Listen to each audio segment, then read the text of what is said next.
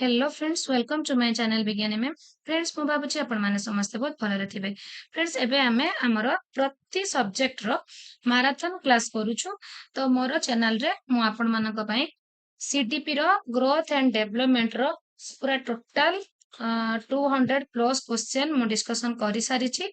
Then हमर political science पूरा complete political science and then social studies then Odia pedagogy सबुर marathon class रो link मु आपण मानको देबी। जदि आपण मानकर आवश्यक बोली भाबुचंती ताहले मते कमेंट करी जणैबे, मु आपण मानको कमेंट रे लिंक दे देबी। तो हमर आज गोटे हमें महा माराथन क्लास करिबा जोटा कि very very important. This is CDP, child development and pedagogy. Child development and pedagogy रो जो हमर रहिछि understanding learning process and learners, जोटा कि हमर कंप्लीट लर्निंग ऊपर एंड ऑब्जर्वेशन ऊपर एंड आमर रहुछि जोटा मोटिवेशन अभिप्रेरणा आउ सृजनशील चिंतन जोटा डेवलपमेंट ऑफ क्रिएटिव थिंकिंग यारी ऊपर आमे 250 एभव 300 पाखापाखी क्वेश्चन आज आमे डिस्कशन करिबा। तो फ्रेंड्स, लेट्स स्टार्ट। शिक्षण काहाकू कुहा जाए? शिक्षण काहाकू कुहा जाए? ज्ञान, अभिज्ञता, दक्षता, उपरोक्त समस्त। तो फ्रेंड्स, आमर एठी आंसर हबो उपरोक्त समस्त। अनुभूति और तालीम जरिया व्यवहार संशोधन ही शिक्षण अटे। तो फ्रेंड्स, आपण माननको कहि रखे जदि आपण मानकर ओटीटी रो सबु वीडियो रो लिंक नबार अछि तो मु गोटे प्लेलिस्ट क्रिएट करिछि। सेतिरे 71 प्लस वीडियो अछि। सेटा जदि आपण मानकर आवश्यक आपण सेतिरे गोटी गोटी वीडियो को जदि पढि कि जाउचंती ताले आपण मानकर ओटीटी रे निश्चय भलो मार्क आसीबो। एथिरे कोनोसी भी संदेह नाही। जदि आपण मानकर से लिंक टी दरकार मते कहिबे, मु गोटे लिंक आपनको देई देबी। सेतिरे 71 प्लस वीडियो अछि। देन आउ गोटे प्लेलिस्ट मु क्रिएट करछि जोथरे कि ओनली एमसीक्यू अछि। जदि आपण मानकर सेटा आवश्यक ताहले मध्ये आपण माने मते कमेंट करि परिबे। अनुभूति और तालीम जरिया रे व्यवहार संशोधन ही शिक्षण अटे। यह किए कहिथिले? अनुभूति और तालीम जरिया रे स्किनर, गेट्स, हिलगार्ड, पिगेट्स। तो हमर एकथा कहिथिले गेट्स। क्रियाकलाप स्वतंत्र तालीम बा पर्यवेक्षण फल आचरण रे जेउ स्थायी एवं बुद्धि घटित परिवर्तन घटे ताहाकू शिक्षण कुहा जाए। यह काहार उक्ति? तो फ्रेंड्स, आपण मानकु मु सब बेले कहि थाए आपण जे क्वेश्चन गुडी को अंदाज लगेले कोउटा मध्ये आपनकर आंसर बाजी जाई पारे, बट आपनकर जो मत गुडी को रहुची से गुडी को आपण मानकु भलो भाबे मन रखिबा पय पडिबो। तो फ्रेंड्स, सेति पय मु साइकोलॉजिस्ट एंड एजुकेशनिस्ट माने जो मत देइचंती ता पर गोटे सेपरेट वीडियो मु क्रिएट करिछि, अपलोड मध्ये करिछि। जदि आपण माने सेटा पाउ नाहंती मते कमेंट करिवे, मु आपनको लिंक दे देबी। एंड हमर सीडीपी रे आउ दुईटी इंपोर्टेंट अछि। गोटे होछि आपनकर आरटीई 2009 आउ गोटे आपनकर एनईपी नेशनल एजुकेशन पॉलिसी। ए दुईटी ऊपर मध्य अलग अलग वीडियो अछि। जदि आपण आवश्यक मन करिवे मते कमेंट कले मु आपण मानकु लिंक देबी। काहे कि ना मात्र आउ 4-5 दिन रो कथा हमको भलो भाबे सबु जिंस को पढिबा पय पडिबो। ताले आमे देखिबा 3 नंबर रे हमर रहउची क्रियाकलाप स्वतंत्र तालीम बा पर्यवेक्षण फल रे जो आचरण रे स्थायी परिवर्तन घटे एकथा कहिथिले हमर मून। निम्नलिखित मध्यरु केउ संज्ञाटी शिक्षण सहित संबंधित नुहे कहला फ्रेंड्स? शिक्षण ही आचरणगत परिवर्तन, शिक्षण निरंतर एवं जीवन व्यापी प्रक्रिया, शिक्षण समस्या समाधान रे सहायक हुए, शिक्षण कहिले शिशुर बाह्य आचरण परिवर्तन को बुझाए। शिक्षण कहिले शिशुर बाह्य आचरण परिवर्तन को बुझाए। देन फ्रेंड्स, श्रृंखलार अर्थ कौन? कठोर आचरण, कठोर दंड, मानवृत्ति। देन फ्रेंड्स, हमर एटा होचे मनोवृत्ति। एटा होचे प्रिंटिंग मिस्टेक अछि। एटा होचे मनोवृत्ति, नीति नियम द्वारा परिचालित। तो फ्रेंड्स, श्रृंखलार अर्थ कहिले नीति नियम द्वारा परिचालित। सह शिक्षा रे जणे शिक्षक कौन करिवे? पुओ झियो मानक पई अलगा अलगा धाड़ी, झियो मानक ठारू पुओ मानकु अग्राधिकार देबा, शिक्षक काहाकू अग्राधिकार देबे ନାହିଁ। ତ फ्रेंड्स देखिबे जेतेबेले आपण माने के बर्णाली ट्रेनिंग नेइथिबे से बर्णाली ट्रेनिंग रे विविडली हमर ए सह शिक्षा उपरे ही डिस्कशन करा जाए जोटा हमर पुओ झियो जो आमे किपरि सेमानंकु बसेबा किपरि श्रेणी गृह रे सेमानंकु शिक्षा दान दबा से विषय रे विविडली हमको ट्रेनिंग दिया जाए कोटा बर्णाली। तो एठी होची हमर आंसर हबो शिक्षक सह शिक्षा रे आवश्यक अनुଯାयी कार्य करिवे। स्वशिक्षण कहले तुमे कौन बुझ स्वशिक्षण निजे शिखिबो सेटा होची स्वशिक्षण। तो फ्रेंड्स जत्ते आमे एक्टिविटी बेस्ड अप्रोच रे क्लास करूचु आपण मानकु सब बेले कहि थाए हमर जत्ते बेले भी आमे पाठ पढाइबाकू जाऊ आमे मेथड आउ अप्रोचेस दुईटा फॉलो करि थाउ। अप्रोचेस आमर रुहे एक्टिविटी बेस्ड आ गोटे आमर रुहे कंटेंट बेस्ड जोटा कि आमर गोटे विषय भित्तिक आ गोटे रुहे आमर होची एक्टिविटी बेस्ड जोटा कि शिक्षण कार्य भित्तिक। तो एई पंथा गुड़िक मध्यरे पद्धति रही थाए। आपण जेतेबेले एक्टिविटी बेस्ड मेथ अप्रोच को आपणौचंती ता भितरे आपणकर अभिनय पद्धति गल्प कथन पद्धति ए सब रुहे कि नाही। तो गोटे पंथा विभिन्न पद्धतिर समाहार एटा गोटे क्वेश्चन प्राय एसएसटी रे आसी थाए। तो फ्रेंड्स स्वशिक्षण होची निज प्रचेष्टार शिक्षण अन्य द्वारा शिक्षण उभय ए ओ बी। जेतेबेले आपण एक्टिविटी बेस्ड क्लास करूचंती सेतेबेले आपण विभिन्न प्रकार टीएलएम पिला मानको दल भितरे देकी सेमानको एमिति एक्टिविटी करूचंती जे पिला माने टीएलएम रु आपणको आवश्यकता नाही। आपण सेठी जणे ओनली फैसिलिटेटर सहायक रूपे कार्य करिवे से निजे से टीएलएम बारंबार बारंबार उदाहरण माध्यम रे यूज करी करी तार शिक्षा हेई जाय थाए। तो सेति पई एठी हमर आंसर हबो स्वशिक्षण मीन्स निज प्रचेष्टारे शिक्षण। सृजनशीलतार वैशिष्ट्य मौलिकता नूतनता अनन्यता उपरोक्त समस्त। सृजनशीलता जोटा हमर फ्रेंड्स कहला क्रिएटिविटी मौलिकता रहिबो किछि नूतनता रहिबो अनन्यता रहिबो। तो फ्रेंड्स क्रिएटिविटीटा उपरोक्त समस्त गुण सेथिरे रहिबो। सृजनशील व्यक्ति मानकर वैशिष्ट्य सेमानकर प्रखर स्मरण शक्ति थाए पाठपटुता मौलिकतार अधिकार उपरोक्त समस्त। सृजनशील व्यक्ति पाखरे सबु किछि गुण रही थाए सेतिपई उपरोक्त समस्त। देन फ्रेंड्स निम्नलिखित मध्यरु केउ मनोविज्ञानी शिखिबार नियमटी प्रतिपादन करिसथि। शिखिबार नियम हॉल थॉर्नडाइक पावलोव मून शिखिबार नियम हमर थॉर्नडाइक प्रतिपादन करिसथि। तांकर अछि प्रस्तुति नियम फलाफल नियम अभ्यास नियम सब थॉर्नडाइकर रहिछि शिक्षण उपरे। सृजनशीलता व्यक्तिर एक डेस सामाजिक प्रक्रिया आवेगिक प्रक्रिया मानसिक प्रक्रिया एमानक मध्यरु केउटी नहे। तो फ्रेंड्स सृजनशीलताटा हमर व्यक्तिर बा शिशुर गोटे मानसिक प्रक्रिया। सृजनशीलता केउ कारक उपरे प्रतिष्ठित कठोर साधन श्रम संकल्प उपरोक्त समस्त। सृजनशीलता आमर पिलार कठोर साधना उपरे तार श्रम संकल्प सब उपरे प्रतिष्ठित तेणु उपरोक्त समस्त। अधिपालन सृजनशील चिंतनर केउ सोपान जो आमर सृजनशील चिंतन रहुची सेतिरे रहिला आमर कोन अधिपालनटा केउ सोपान प्रथम द्वितीय तृतीय चतुर्थ। तो फ्रेंड्स एटा होची आमर द्वितीय सोपान। सृजनशीलता प्रत्येक व्यक्तिଙ୍କ पाखरे विभिन्न परिमाणर थाए समान परिमाणर थाए सीमित भाबरे थाए एमानक मध्यरु केही नुहे। तो फ्रेंड्स एटी आंसर हबो हमर विभिन्न परिमाणरे थाए।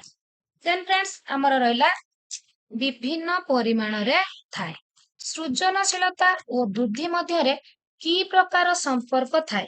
सृजनशीलता ओ वृद्धि अनुबंध बेसी न थाए अनुबंध आदौ न थाए अनुबंध मध्यम धरणु अधिक थाए एमानक मध्यरु केउटी नुहे।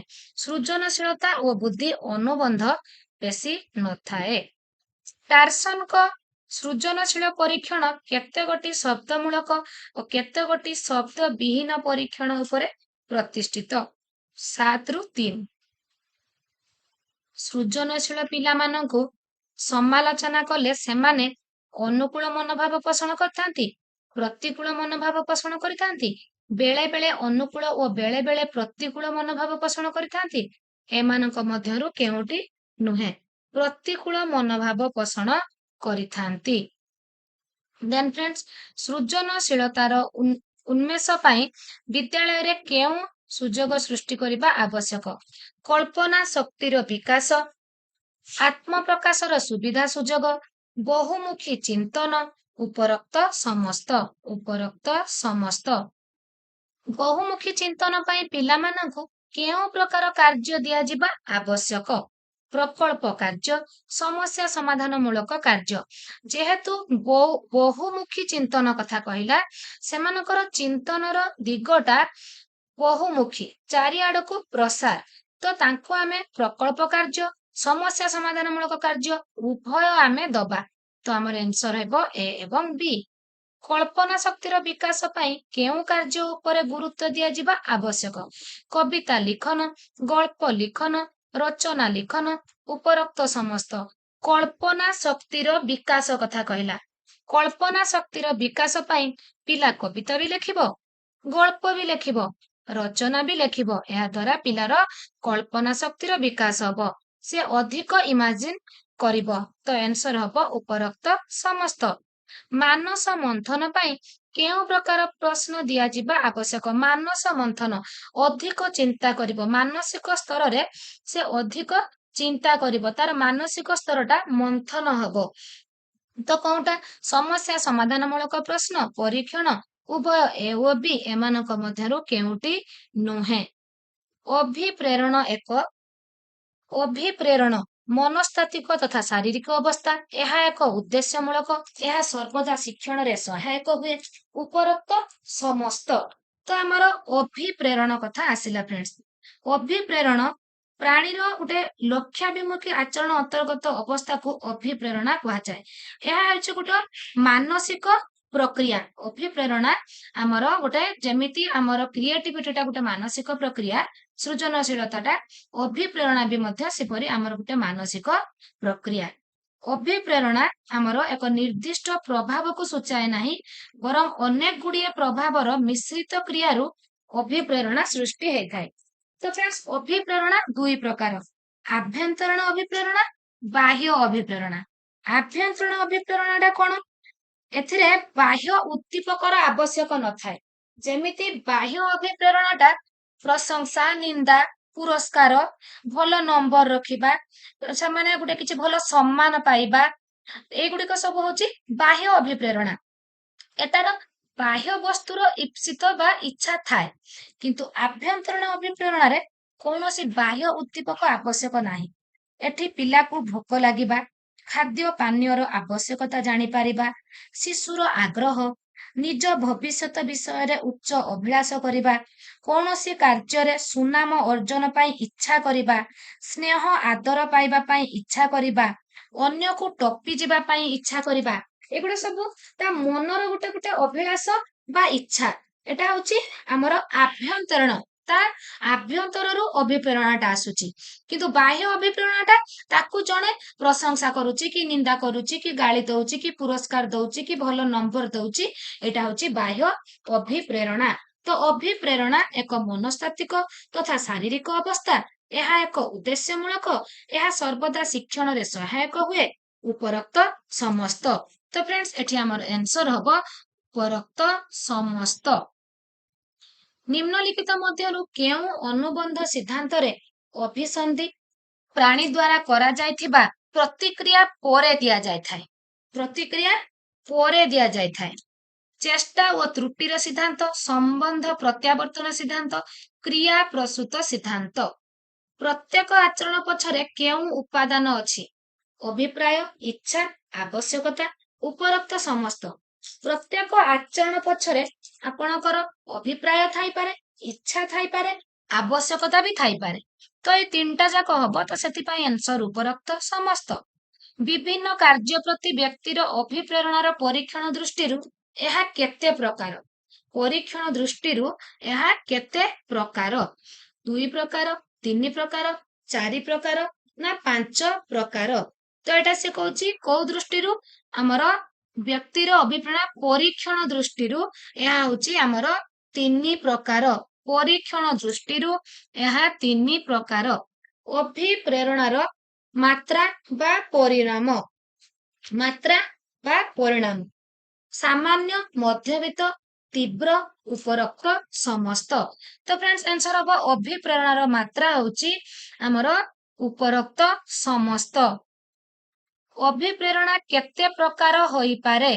ଅଭିପ୍ରେରଣା ଆପଣ ମାନଙ୍କୁ ଟିକେ ଆଗରୁ ମୁଁ କହିକି ଗଲି ଅଭିପ୍ରେରଣା ଆମର 2 ପ୍ରକାର ଆଭ୍ୟନ୍ତରୀଣ ବାହ୍ୟ। ନିମ୍ନଲିଖିତ ମଧ୍ୟରୁ କେଉଁଟି ସ୍ୱକୀୟ ଅଭିପ୍ରେରଣାର ଦୃଷ୍ଟାନ୍ତ? ସ୍ୱକୀୟ କଥା କହିଲି ଯୋଉଟା ହଉଛି ଆଭ୍ୟନ୍ତରୀଣ ଅଭିପ୍ରେରଣା କଥା କହିଲି କି ନାଇଁ ତ କୌଣସି ବିଷୟ ଜାଣିବା ପାଇଁ ଶିଶୁ ଆଗ୍ରହ କରିବ, ନିଜ ଭବିଷ୍ୟତ ବିଷୟରେ ଉଚ୍ଚ ଅଭିଳାଷ କରିବ, କୌଣସି ବିଷୟରେ ସୁନାମ ଅର୍ଜନ କରିବା ପାଇଁ ଲକ୍ଷ୍ୟ ରଖିବ। ଏଠି ତାକୁ କେହି ବି ବାହାରୁ ପୁରସ୍କାର କି ପ୍ରଶଂସା କଥା କହୁନାହିଁ, ତାର ନିଜର ଅଭ୍ୟନ୍ତରରେ ନିଜର ମାନେ ଅଭିପ୍ରେରଣା ହଉଛି। ତ ଏଠି ହଉଛି ଉପରୋକ୍ତ ସମସ୍ତ ଯୋଉଟା କି ସ୍ୱକୀୟ ଅଭିପ୍ରେରଣା। କେଉଁ ବିଷୟର ପିଲାମାନଙ୍କ କ୍ଷେତ୍ରରେ ସ୍ୱକୀୟ ଅଭିପ୍ରେରଣା ଦେଖାଯାଏ ନାହିଁ?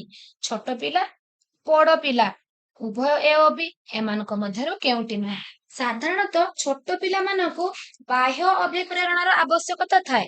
ସେମାନେ ନିଜର ଆଭ୍ୟନ୍ତରୀଣ ଅଭିପ୍ରେରଣାଟାକୁ ଫିଲ୍ କରିପାରନ୍ତି ନାହିଁ। ତାକୁ ଆପଣ ଗୋଟେ ଚକୋଲେଟଟେ ଦେବେ କି ଗୋଟେ ପେନଟେ ଦେବେ, ପୁରସ୍କାର ଦେବେ, ପ୍ରଶଂସା କରିବେ, ଭଲ ନମ୍ବରଟେ ଦେଇଦେବେ, ଖାତାରେ ଆପଣ ଗୁଡ୍ କି ଭେରି ଗୁଡ୍ କି ଏକ୍ସିଲେଣ୍ଟ ଲେଖିଦେବେ।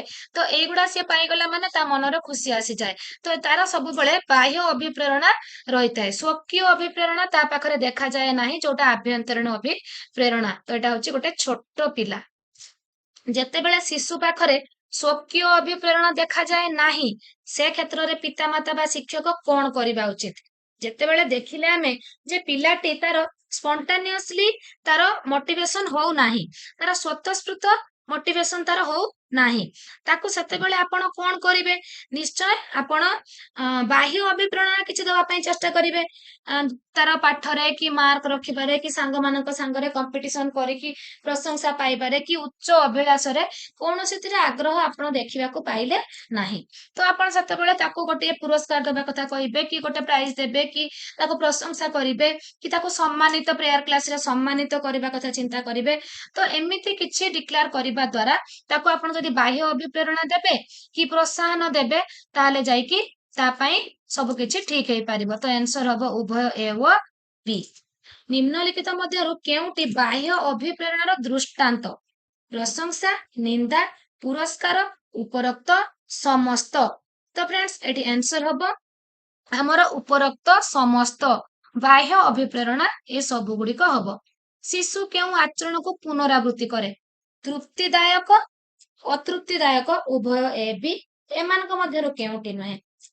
ଯେଉଁ ଆଚରଣଟି ତାକୁ ଭଲ ଲାଗିଥାଏ, ତାକୁ ତୃପ୍ତ କରିଥାଏ, ତାକୁ ଆନନ୍ଦ ଦେଇଥାଏ ସେଇଟାକୁ ପୁନରାବୃତ୍ତି କରିବ ନା ଯୋଉଟା ତାକୁ ଅତୃପ୍ତ ଲାଗିଥାଏ, ଯୋଉଟା ତାକୁ ଆନନ୍ଦ ଦେଇନଥାଏ, ସିଏ ଯୋଉଟା ତାକୁ ତୃପ୍ତିଦାୟକ ସେଇଟାକୁ ସିଏ ପୁନରାବୃତ୍ତି କରିବାକୁ ଇଚ୍ଛା କରେ।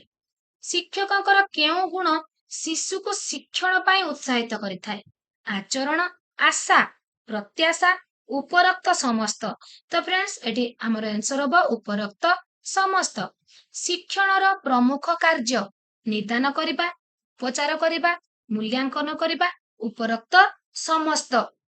ତ फ्रेंड्स ଶିକ୍ଷଣର ପ୍ରମୁଖ କାର୍ଯ୍ୟ ଯୋଉଟା ନିଦାନ କରିବା, ଡାୟଗ୍ନୋଷ୍ଟିକ ଯୋଉଟା କହୁ ଆମେ, ନିଦାନାତ୍ମକ ମୂଲ୍ୟାୟନ ଯୋଉଟା, ସେଟାରେ କଣ ହୁଏ?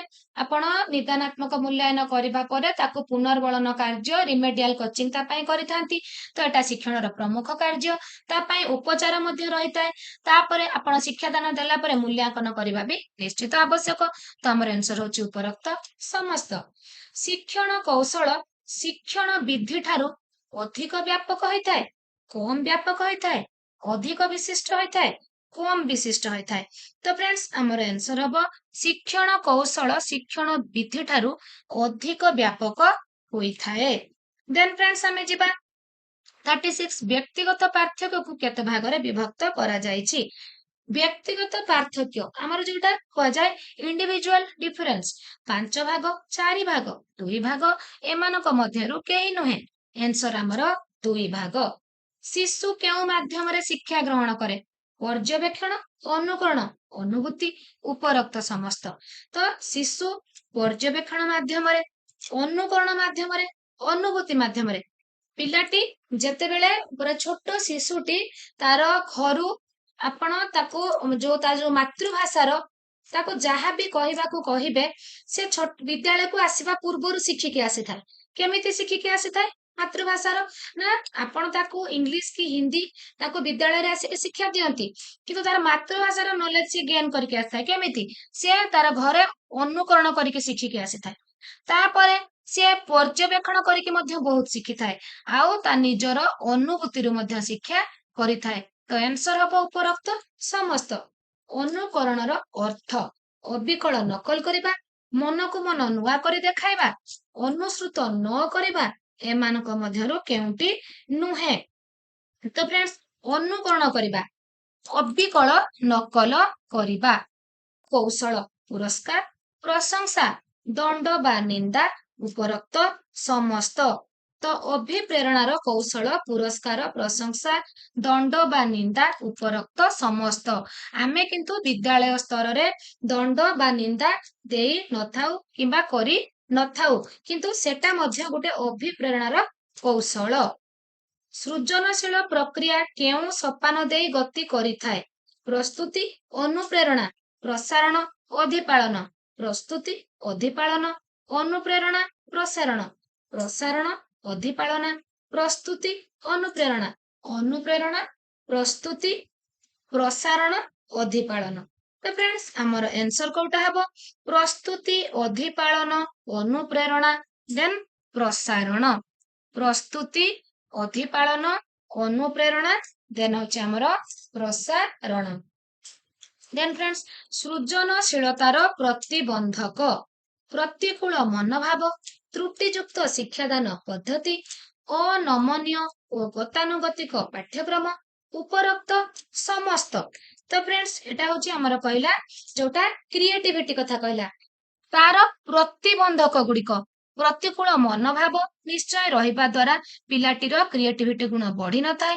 त्रुटियुक्त शिक्षादान पद्धति हेले मध्य पिला विकासशील बा सृजनशील होई पारिबनी। अनमनीय आउ गतानुगतिक पाठ्यक्रम कले मध्य पिलार क्रिएटिविटी आसी न थाए। तो उपरोक्त समस्त होची तार प्रतिबंधक।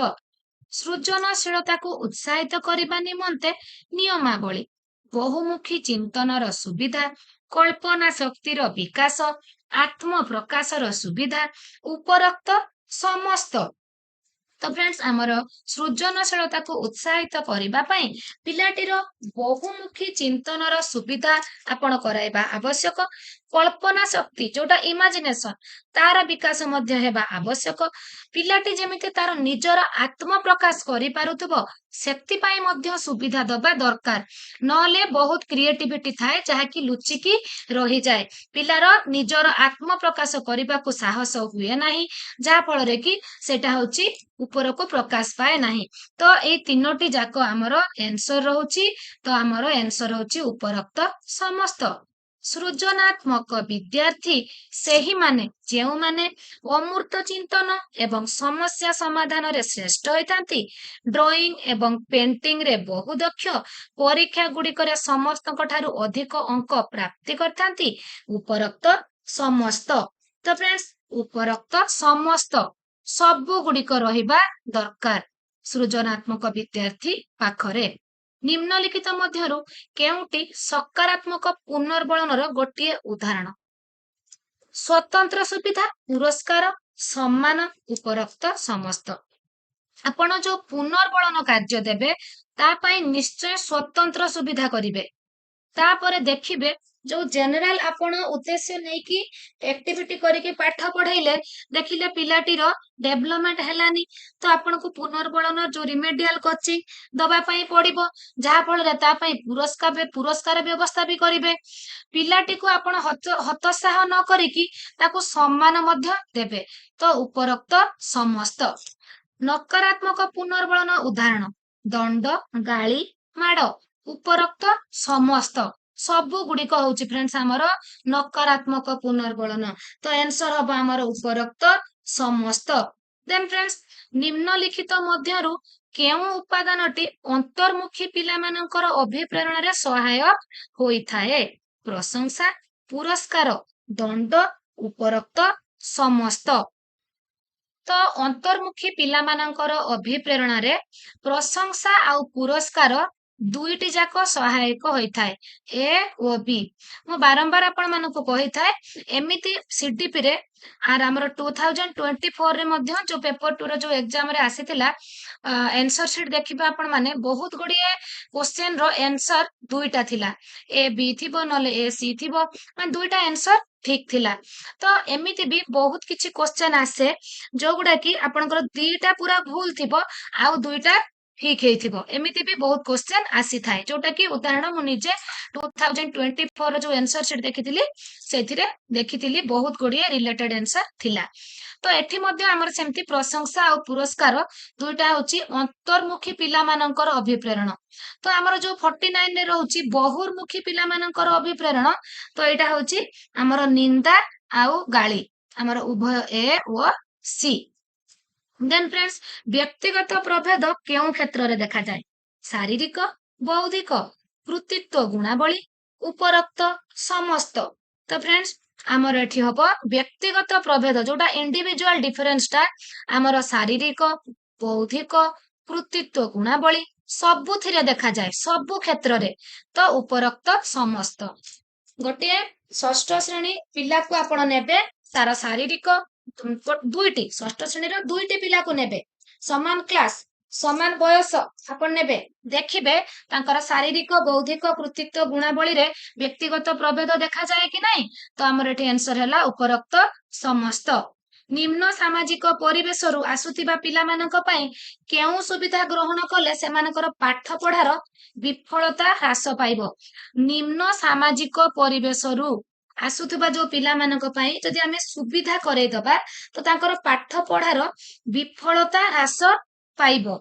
ନିଦାନମୂଳକ ଯୋଉଟା କଣ, ଯୋଉଟା ଆମେ ରିମେଡିଆଲ କୋଚିଂ ସେମାନଙ୍କୁ ପୁନର୍ବଳନ କାର୍ଯ୍ୟ ଦଉଛୁ, ଆପଣ ଭଲ ପିଲା ମାନେ ମେଧାବୀ ପିଲାଙ୍କୁ ଯେମିତି ପଢେଇବେ ତାଠାରୁ ଅନଗ୍ରସର ପିଲାଙ୍କୁ ଅଧିକ ନିଦାନମୂଳକ କାର୍ଯ୍ୟ ଦେବେ। ତାପରେ ମଧ୍ୟାହ୍ନ ଭୋଜନର ବ୍ୟବସ୍ଥା କରିବେ, ବୃତ୍ତିର ବ୍ୟବସ୍ଥା କରିବେ, ଯାହା ଫଳରେ ସେମାନଙ୍କର ପାଠ ପଢାର ବିଫଳତା ହ୍ରାସ ପାଇବ। ଆନ୍ସର ଉପରୋକ୍ତ ସମସ୍ତ। ପିଲାମାନଙ୍କର ବିଭିନ୍ନ ଦକ୍ଷତା କେଉଁ ଉପାଦାନ ଦ୍ଵାରା ପ୍ରଭାବିତ ହେଇଥାଏ? ବଂଶଗୁଣ, ପରିବେଶ, ଉଭୟ ଏ ଓ ବି। ତ ଫ୍ରେଣ୍ଡସ୍, ମୁଁ ସବୁବେଳେ କହିଥାଏ ଯେ ଆମେ ଯେତେବେଳେ ବି ଥିଓରି କ୍ଲାସ କରିଥିଲେ ଆମର ଲର୍ଣ୍ଣିଂ ଉପରେ, ଫ୍ରେଣ୍ଡସ୍ ଯୋଉମାନେ ଥିଓରି କ୍ଲାସ ମୋର ଦେଖି ନାହାନ୍ତି ସିଡିପି ର, ଯଦି ଆପଣମାନଙ୍କର ଆବଶ୍ୟକ ବୋଲି ଭାବୁଛନ୍ତି, ତାହେଲେ ମତେ ଆପଣ କମେଣ୍ଟ କରିବେ। ମୁଁ ସିଡିପି ର ଯୋଉ ପ୍ଲେଲିଷ୍ଟ ବନେଇଛି ସେଥିରେ 23 ରୁ 24 ଟା ଭିଡିଓ ଅଛି, ତାକୁ ଆପଣ ଯଦି ଦେଖୁଛନ୍ତି ଆପଣଙ୍କର ସିଡିପି ଉପରେ କଂକ୍ରିଟ ନଲେଜ ଆସିଯିବ। ପିଲାମାନଙ୍କର ବିଭିନ୍ନ ଦକ୍ଷତା କେଉଁ ଉପାଦାନ ଦ୍ଵାରା? ଆମର ସବୁବେଳେ ପିଲାମାନଙ୍କର ଦକ୍ଷତା ବଂଶଗୁଣ ଆଉ ଯୋଉଟା ଆମର ଜିନ୍ କାମ କରେ, ବଂଶଗୁଣ ଆଉ ଆମର ପରିବେଶ ଏନଭାରମେଣ୍ଟ ଦିଟା ଯାକ ଦ୍ଵାରା ପ୍ରଭାବିତ ହେଇଥାଏ। ସେଥିପାଇଁ ଆନ୍ସର ହଉଛି ଆମର ଉଭୟ ଏ ଓ ବି। ପଛୁଆ ଓ ମାନ୍ଦା ପିଲାଙ୍କ ପାଇଁ କେଉଁ ଶିକ୍ଷା ବ୍ୟବସ୍ଥା ଗ୍ରହଣ କରାଯିବା ଦରକାର, ଯାହା ଫଳରେ ବ୍ୟକ୍ତିଗତ ତାରତମ୍ୟ ହ୍ରାସ ପାଇବ? ଯୋଉ ପଛୁଆ, ମାନ୍ଦା ଆଉ ଅନଗ୍ରସର ପିଲାମାନେ ଯୋଉମାନେ ଅଛନ୍ତି, ସେମାନଙ୍କ ପାଇଁ ଆପଣ କଣ କରିବେ, ଯେ ତାଙ୍କ ଭିତରେ ଇଣ୍ଡିଭିଜୁଆଲ ଡିଫରେନ୍ସ ଯୋଉ ତାରତମ୍ୟ ରହୁଛି ହ୍ରାସ ପାଇବ। ସୁଧାରମୂଳକ ଶିକ୍ଷା, ନିଦାନମୂଳକ ଶିକ୍ଷା, ବ୍ୟକ୍ତିଗତ ଦୃଷ୍ଟି। ଆପଣ ଯୋଉ ବ୍ୟକ୍ତିଗତ ତାରତମ୍ୟ ଦେଖିଦେଇକି ଛାଡିଦେବେ ସେୟା ନୁହେଁ, ଆପଣ ସେମାନଙ୍କୁ ବ୍ୟକ୍ତିଗତ ଦୃଷ୍ଟି ଦବା ଦ୍ଵାରା ତାଙ୍କ ଭିତରେ ଯୋଉ କଣ ତାରତମ୍ୟ ରହୁଛି ସେଟାକୁ ଆପଣ ଜାଣିପାରିବେ। ଜାଣିପାରିବା ଦ୍ଵାରା ତାଙ୍କର ବ୍ୟକ୍ତିଗତ ତାରତମ୍ୟ ହ୍ରାସ ପାଇବ। ତ ବ୍ୟକ୍ତିଗତ ଦୃଷ୍ଟି ତ ନିଶ୍ଚୟ ରହିବ, ସୁଧାରମୂଳକ ଶିକ୍ଷା ମଧ୍ୟ ନିଶ୍ଚୟ କରିବେ, ଆଉ ନିଦାନାତ୍ମକ ତ ନିଶ୍ଚୟ ରହିବ ପଛୁଆ, ମାନ୍ଦା ଆଉ ଅନଗ୍ରସର ପିଲାଙ୍କ ପାଇଁ। ତ ଫ୍ରେଣ୍ଡସ୍, ଆମର ଏଠି ଆନ୍ସର ହବ ଉପରୋକ୍ତ ସମସ୍ତ।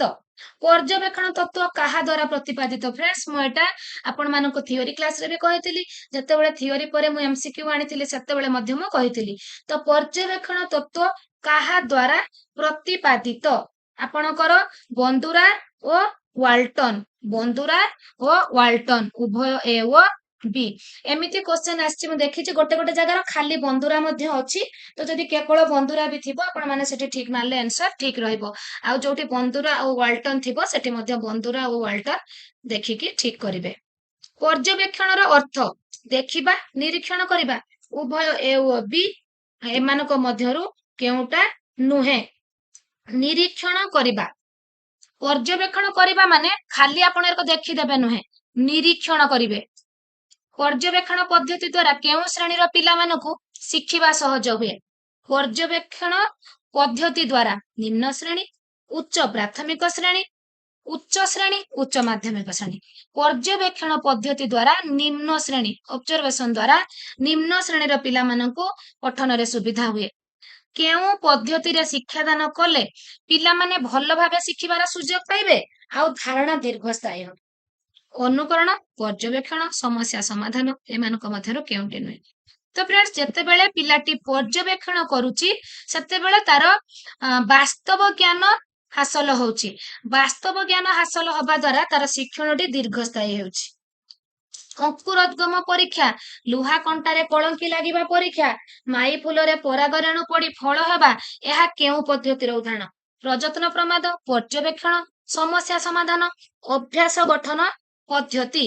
ତ ଫ୍ରେଣ୍ଡସ୍, ଆମର ଆନ୍ସର ହବ ପର୍ଯ୍ୟବେକ୍ଷଣ ପଦ୍ଧତି। ପର୍ଯ୍ୟବେକ୍ଷଣ, ଆପଣ ଗୋଟେ ଲୁହା କଣ୍ଟାଟିକୁ ପକେଇ ରଖିଥିବେ, କିଛି ଦିନ ପରେ ଖରା ବର୍ଷା ସିଏ ଖାଇବା ପରେ ଯେତେବେଳେ ସିଏ କଳଙ୍କି ଲାଗିବ, ପିଲାକୁ ଆପଣ ପର୍ଯ୍ୟବେକ୍ଷଣ କରିକି ଦେଖେଇ ପାରିବେ। କେଉଁ ପଦ୍ଧତି ଦ୍ଵାରା ଶିକ୍ଷଣ ଜୀବନ ସାରା ଚାଲିଥାଏ? ଅନୁକରଣ, ପର୍ଯ୍ୟବେକ୍ଷଣ, ପ୍ରଯତ୍ନ ପ୍ରମାଦ ପଦ୍ଧତି, ଅଭ୍ୟାସ ଗଠନ ପଦ୍ଧତି। କେଉଁ ପଦ୍ଧତି ଦ୍ଵାରା ଶିକ୍ଷଣ ଜୀବନ ସାରା ଚାଲିଥାଏ? ଆପଣଙ୍କର ପର୍ଯ୍ୟବେକ୍ଷଣ ଦ୍ଵାରା ଆପଣଙ୍କର ଜୀବନ ସାରା ଚାଲିଥାଏ। ଅନୁଭବକୁ ଅନୁସରଣ କଲେ ତାକୁ କଣ କୁହାଯାଏ? ଗୋଟେ ଅନୁଭବକୁ ଯଦି ଆପଣ ଅନୁସରଣ କରୁଛନ୍ତି ତାହେଲେ କଣ ହବ?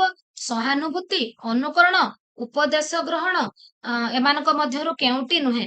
ଅନୁଭବକୁ ଅନୁସରଣ କଲେ ସେଠି ହଉଛି ଆପଣଙ୍କର ସହାନୁଭୂତି। ଯେତେବେଳେ ଆମର ଜଣେ କାନ୍ଦୁଥାଏ ତା ଅନୁଭବକୁ ଦେଖିକି ଆଉ ଜଣେ ପାଖରେ ବସି କାନ୍ଦି ଦିଏ, ଜଣେ ହସୁଥିଲେ ଆଉ ଜଣେ ହସି ଦିଏ, ତ ସେଟା ହଉଛି ଆମର ସହାନୁଭୂତି। ତ ଫ୍ରେଣ୍ଡସ୍, ଆମର ସହାନୁଭୂତି ସୂଚକ ଅନୁକରଣ ଏଇଟା ହଉଛି କୋଉଟା ହେଇଥାଏ? କେତେବେଳେ ଜଣେ କାନ୍ଦିଲେ ଆଉ ଜଣେ କାନ୍ଦି ଦିଏ, ଜଣେ ହସିଲେ ଆଉ ଜଣେ ହସି ଦିଏ, ତ ଏଇଟା ହଉଛି ସହାନୁଭୂତି ସୂଚକ ଅନୁକରଣ। ଜ୍ଞାତ ଅନୁକରଣ, ଯୋଉଟା ଆପଣ ଜାଣି ଜାଣି କରିଥାନ୍ତି। ଧରନ୍ତୁ ମଞ୍ଚରେ ଯାତ୍ରା କରିବା ପାଇଁ ଆପଣ ଅଭିନୟ ଶିଖୁଛନ୍ତି, ଜଣକୁ ଦେଖିକି ଆପଣ ଅଭିନୟ କରୁଛନ୍ତି, ତ ଏଇଟା ହଉଛି ଜ୍ଞାତ ଅନୁକରଣ। ଅଜ୍ଞାନ ବା ଅଜ୍ଞାତ ଅନୁକରଣ କୋଉଟା? ନା ଯୋଉଟା ଆପଣ ନିଜେ ନ ଜାଣିକି ଅନୁକରଣ କରିଦବା, ସେଟା ହଉଛି ଅଜ୍ଞାତ ଅନୁକରଣ। ତ ଆମର ମଞ୍ଚ ଉପରେ ଜଣେ ନେତା ହାତ ହଲେଇଲେ ଶ୍ରୋତା ମାନେ ହାତ ହଲାନ୍ତି, ଏଇଟା ହଉଛି ଆମର କ୍ରିୟାତ୍ମକ ଅନୁକରଣ। ଉଚ୍ଚାରଣ, ପଠନ, ଲିଖନ, ବାକ୍ୟର ଗଠନ ଇତ୍ୟାଦି ଶିଶୁ କେଉଁ ମାଧ୍ୟମରେ ଶିଖେ? ଅନୁକରଣ, ପର୍ଯ୍ୟବେକ୍ଷଣ, ଉଭୟ ଏ ଓ ବି ଏମାନଙ୍କ ମଧ୍ୟରୁ କେଉଁଟି ନୁହେଁ? ତ ଫ୍ରେଣ୍ଡସ୍, ଆନ୍ସର ହବ ଏଠି ଆମର ଅନୁକରଣ। ବ୍ୟକ୍ତିର କେଉଁ ବିକାଶ ଉପରେ ଅନୁକରଣର ଅନେକ ପ୍ରଭାବ ଥାଏ? ବ୍ୟକ୍ତିର କେଉଁ ବିକାଶ ଅନୁକରଣର ପ୍ରଭାବ ଥାଏ? ତ ସାମାଜିକ ବିକାଶ, ଆବେଗିକ, ସାଂସ୍କୃତିକ, ସମସ୍ତ ବିକାଶ। ଥର୍ନଡାଇକ୍ କେଉଁ ପ୍ରାଣୀକୁ ନେଇ ତାଙ୍କର ପରୀକ୍ଷଣ କରିଥିଲେ? ଥର୍ନଡାଇକ୍ ବିରାଡି, ମୂଷା, ଉଭୟ ଏ ଓ ବି, କୁକୁର। ପାଭଲଭ ଆମର କୁକୁର ଉପରେ ନେଇ କରିଥିଲେ, ବିରାଡି ଉପରେ ନେଇକି ଥର୍ନଡାଇକ୍ ତାଙ୍କର ପ୍ରଥମ ପରୀକ୍ଷା କରିଥିଲେ, ଦ୍ୱିତୀୟ ପରୀକ୍ଷା ମୂଷା ଉପରେ ନେଇକି କରିଥିଲେ। ତ ଫ୍ରେଣ୍ଡସ୍, ଏଇଟା ହଉଛି ବହୁତ ଜଣ କନଫ୍ୟୁଜ ହଉଛନ୍ତି ଯେ ପ୍ରଥମ ପରୀକ୍ଷା ଥର୍ନଡାଇକ୍ କାହା ଉପରେ କରିଥିଲେ, ଦ୍ୱିତୀୟ କାହା ଉପରେ କରିଥିଲେ, ଯେହେତୁ ଏଇଟା ହଉଛି ଆମର ପ୍ରିଭିୟସ ଇୟର ଏକ୍ସାମ ରେ କ୍ୱେଶ୍ଚେନ୍ ଆସୁଛି, କିନ୍ତୁ ଆମର ଯୋଉ ମେଥଡ ବୁକ୍ ରହିଛି ସେଥିରେ ଦଉଛି ପୁରା କ୍ଲିୟର ଲେଖା ହେଇଛି, ଥର୍ନଡାଇକ୍ ବିରାଡି ଉପରେ ପ୍ରଥମେ କରିଥିଲେ, ଦ୍ୱିତୀୟ ମୂଷା ଉପରେ କରିଥିଲେ, ତ ଉଭୟ ଏ ଓ ବି। ଥର୍ନଡାଇଙ୍କର ଶିକ୍ଷଣ ନୀତି କେଉଁ ନିୟମ ଉପରେ ପ୍ରତିଷ୍ଠିତ? କେଉଁ ନିୟମ ଉପରେ ପ୍ରତିଷ୍ଠିତ? ତାଙ୍କର ଅଭ୍ୟାସ ନିୟମ ଅଛି, ପ୍ରସ୍ତୁତି ନିୟମ ମଧ୍ୟ ଅଛି, ଫଳାଫଳ ବା ପରିଣାମ ନିୟମ ମଧ୍ୟ ଅଛି। ତ ଆନ୍ସର ଉପରୋକ୍ତ ସମସ୍ତ। ଶିକ୍ଷାର୍ଥୀର କେଉଁ ଉପାଦାନକୁ ଦୃଷ୍ଟିରେ ରଖି ଶିକ୍ଷା ପଦ୍ଧତିର ନିର୍ବାଚନ କରାଯାଏ? ବୟସ, ପରିପକ୍ୱତା, ସାମର୍ଥ୍ୟ ଓ ଆଗ୍ରହ, ଉପରୋକ୍ତ ସମସ୍ତ। ତ ଆନ୍ସର ହବ ଉପରୋକ୍ତ ସମସ୍ତ। ଥର୍ନଡାଇକଙ୍କ କେଉଁ ନିୟମ ଶିକ୍ଷାର୍ଥୀର ଭାଷା ଓ କୌଶଳ ଶିକ୍ଷାରେ ନିହାତି ଦରକାର? ଅଭ୍ୟାସ ନିୟମ, ପ୍ରସ୍ତୁତି ନିୟମ, ପରିଣାମ ନିୟମ, ଉପରୋକ୍ତ ସମସ୍ତ।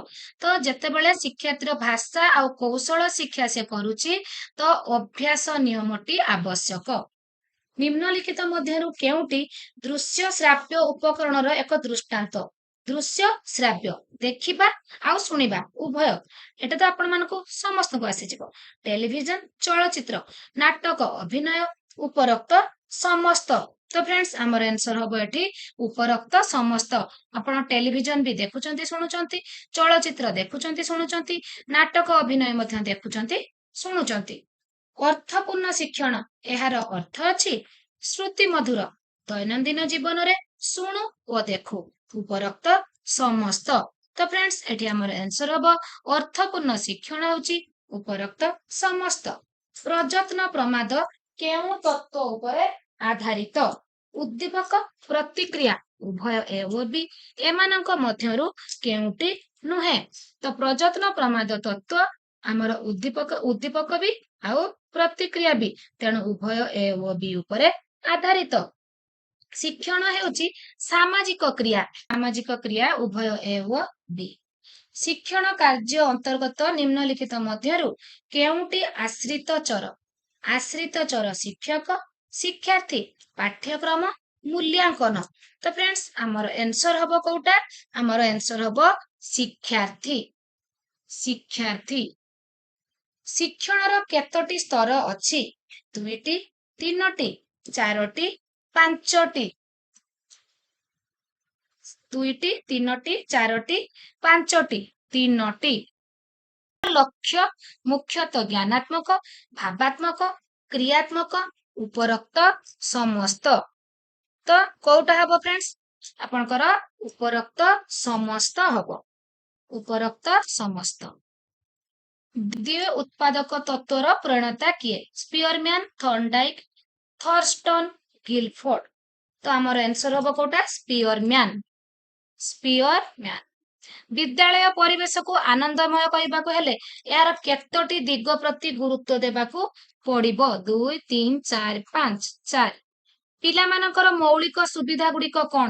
ବସିବା ପାଇଁ ଯଥେଷ୍ଟ ସ୍ଥାନ, ନିରାପଦ ପାନୀୟ ଜଳର ବ୍ୟବସ୍ଥା, ଶୌଚାଳୟର ବ୍ୟବସ୍ଥା, ଉପରୋକ୍ତ ସମସ୍ତ।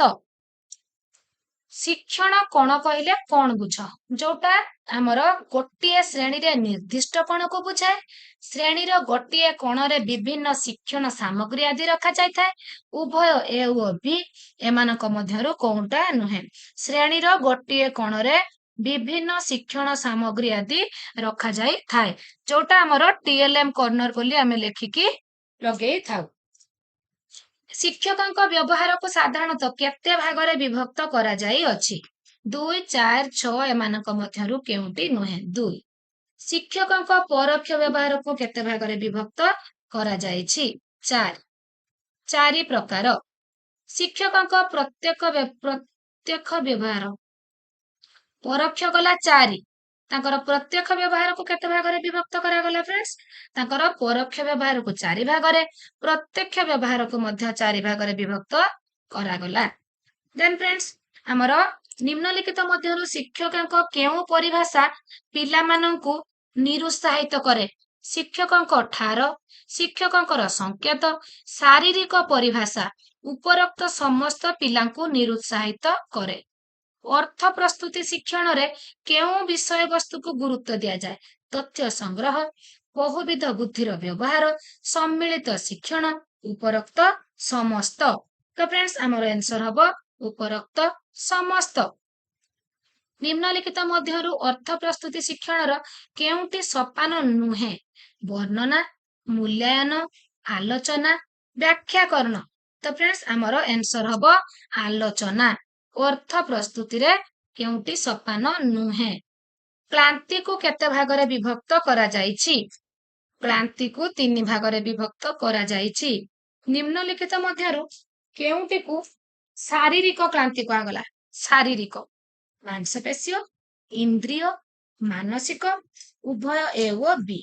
ତ ଫ୍ରେଣ୍ଡସ୍ ଆମର ଆନ୍ସର ହବ ମାଂସପେଶୀୟ ଆଉ ଇନ୍ଦ୍ରିୟ, ଆକୁ ଶାରୀରିକ କ୍ଳାନ୍ତି କୁହାଯାଏ, ଉଭୟ ଏ ଏବଂ ବି। ମାନସିକ କ୍ଳାନ୍ତି ଦୂର କରିବା ପାଇଁ ଶିକ୍ଷକ କି ପଦକ୍ଷେପ ନେବେ? ପ୍ରିଣ୍ଟିଂ ମିଷ୍ଟେକ୍ ଅଛି ଫ୍ରେଣ୍ଡସ୍। ଶିକ୍ଷକ କି ପଦକ୍ଷେପ ନେବେ? ପିଲାମାନଙ୍କୁ ଚକୋଲେଟ କିମ୍ବା ଚକଡି ଦେବା, पढ़ाइबा प्रणालीर परिवर्तन, पढ़ुथिबा विषय वस्तुर परिवर्तन। तो फ्रेंड्स उभय बी व सी पढ़ाइबा प्रणालीर परिवर्तन करदेबे, पढ़ुथिबा विषय वस्तु को परिवर्तन करदेबे। विश्लेषण पद्धति द्वारा अध्ययन करा जाई थाए। घटना विश्लेषण शिशु मानकर निम्नलिखित मध्यरु केउ गुडी को घटना विश्लेषण जोटा हमर केस स्टडी शिशु मानकर व्यक्तिगत आचरण को अध्ययन करिबा, कर्तव्य त्रुटि करुवा पिला मानक विषय रे, केतेकक असद आचरण, अपराध बा दुष्टामी जहाँ विद्यालय शिक्षक और सहपाठी मानक मनरे विशेष दुख जात कराई थाए। समस्तकर जेतिकी कहला सबु गुडिकर केस स्टडी अध्ययन करा जाए। समस्या समाधान करिबारे शिक्षार्थी थरे सफल हेले सेही दृश्य अन्य समस्या समाधान करिबारे से सफल हेताए। एहाकू की शिक्षण कुहा जाए? अंतरण शिक्षण, स्व शिक्षण, मुक्त शिक्षण। अंतरण शिक्षण, अंतरण शिक्षण को पुणी केते भागरे विभक्त करा गला फ्रेंड्स? अंतरण शिक्षण को 5 भागरे विभक्त करा गला। गान्य शिक्षण उपादान गुडी को केते भागरे विभक्त करिसंती? 2 भागरे विभक्त करिसंती। निम्नलिखित मध्यरु केउटी अंत उपादानर गोटिए उदाहरण?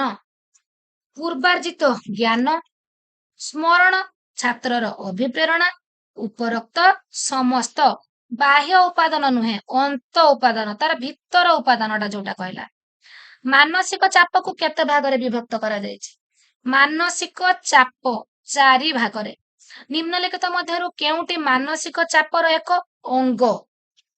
कार्य भार, नैराश्य, द्वंद्व एवं उद्वेग, उपरोक्त समस्त। आंसर हबो हमर उपरोक्त समस्त। विद्यालय रे केउ घटना व अनुभूति शिशु मानक मनरे चाप सृष्टि करिथाए? विद्यालय प्रवेशर प्रथम एवं शेष दिन, पाठ्यक्रमर परिवर्तन, सहपाठीଙ୍କ सहित मतांतर, उपरोक्त समस्त। तो फ्रेंड्स ए सब गुडिक शिशु मानक मनरे चाप सृष्टि करिथाए। उपरोक्त समस्त। शिक्षा परिवेशर जैविक उपादान कहले कौन बुझंती? शिक्षक, छात्र छात्री, प्रधान शिक्षक। उपरोक्त समस्त। जैविक उपादान कहला उपरोक्त समस्त। नेतृत्व मुख्यतः प्रभुत्व शैली, गणतांत्रिक शैली, अबाध स्वाधीनता शैली, उपरोक्त समस्त। तो फ्रेंड्स एटी आंसर हबो हमर उपरोक्त समस्त। आवेगिक विशृंखला सेही शिशु मानक मध्यरे देखा जाए जेउ मानकर अंतर सेठी हबो आंसर उपरोक्त समस्त। अभिरुचिर अर्थ, अभिरुचिर अर्थ हेउची जानिबार इच्छा, ध्यान आकर्षित हेबा, अनुराग उत्पन्न हेबा, उपरोक्त समस्त। तो फ्रेंड्स एटी आंसर हबो हमर उपरोक्त समस्त। उपरोक्त समस्त। अभिवृद्धि जोटा को आमे एटीट्यूड बोली कहूछु, धनात्मक ना ऋणात्मक? एटा होची हमर उभय ए एवं बी। अभिवृद्धि प्रायतः व्यक्तिगत, सामूहिक, सामाजिक एमानक मध्यरु केउटी नुहे। अभिवृद्धिटा होची हमर व्यक्तिगत। अभिवृद्धि द्वारा विद्यार्थीर केउ गुण प्रभावित हुए? व्यक्तित्व, व्यवहार, अधिगम, उपरोक्त समस्त। तो फ्रेंड्स एठी हबो आंसर हमर उपरोक्त समस्त। देन फ्रेंड्स एठी आंसर हैला हमर ऊपर 106 डी। देन फ्रेंड्स आमे जिबा व्यवहार। जदि व्यवहार से समस्त स्थायी परिवर्तन जहा अनुभव द्वारा अर्जित होता है। व्यवहारटा समस्त स्थायी परिवर्तन जहा अनुभव द्वारा मार्जित होता है। तो सेटा को कौन कहिबा? अभिवृद्धि, अभ्यास, अभिक्षमण, अभिरुचि। अभ्यास विषय थर्नडाइक जो सब परीक्षण करथिले तार फलाफल को मुख्यतः केतोटी विधि रे विभक्त करा जायछि? 3टी विधि। देन फ्रेंड्स कोनोसी गीत को बारंबार आवृत्ति करिबा फଳରେ ताहा हमर मने रहि जाय। ए थर्नडाइकर केउ विधि? हमर थर्नडाइकर 3टी विधि जो कहले प्रस्तुति, अभ्यास आ फलाफल। तो से कहूची एठी जे बारंबार गीतटा को जदि हमें आवृत्ति करिकि मने रखुचे तो सेटा हमें अभ्यास करिकि सिखुचे कि नहीं?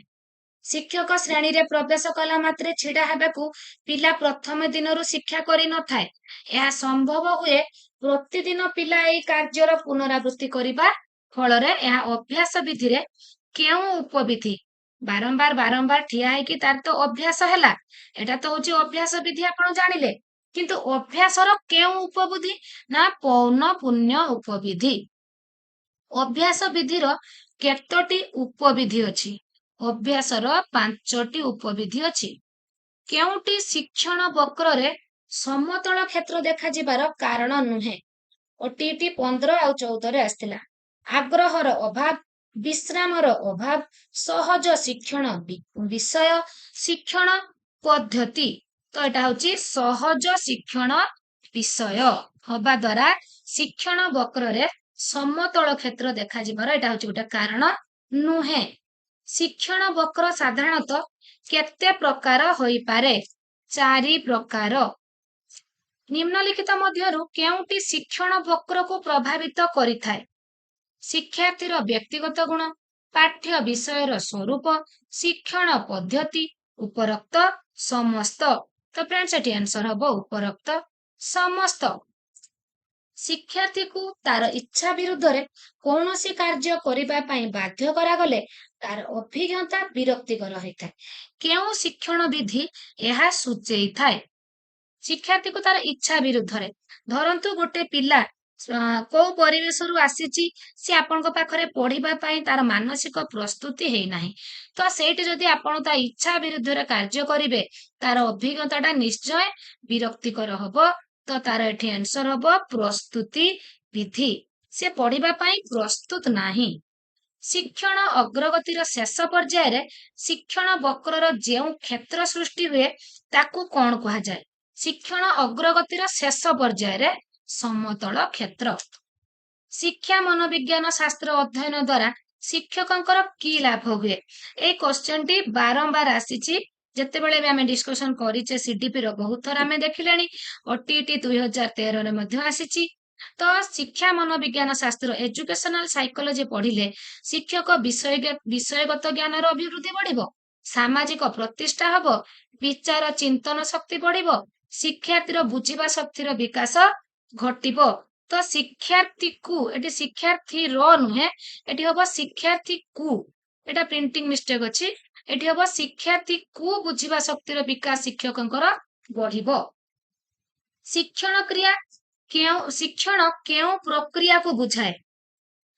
ଆଚରଣଗତ ପରିବର୍ତ୍ତନ, ଗୁଣାତ୍ମକ ବିକାଶ, ଅଭ୍ୟାସମୂଳକ ପ୍ରକ୍ରିୟା, ଉପରୋକ୍ତ ସମସ୍ତ। ଶିକ୍ଷଣ ହଉଛି ଗୋଟେ ଆଚରଣଗତ ପରିବର୍ତ୍ତନ।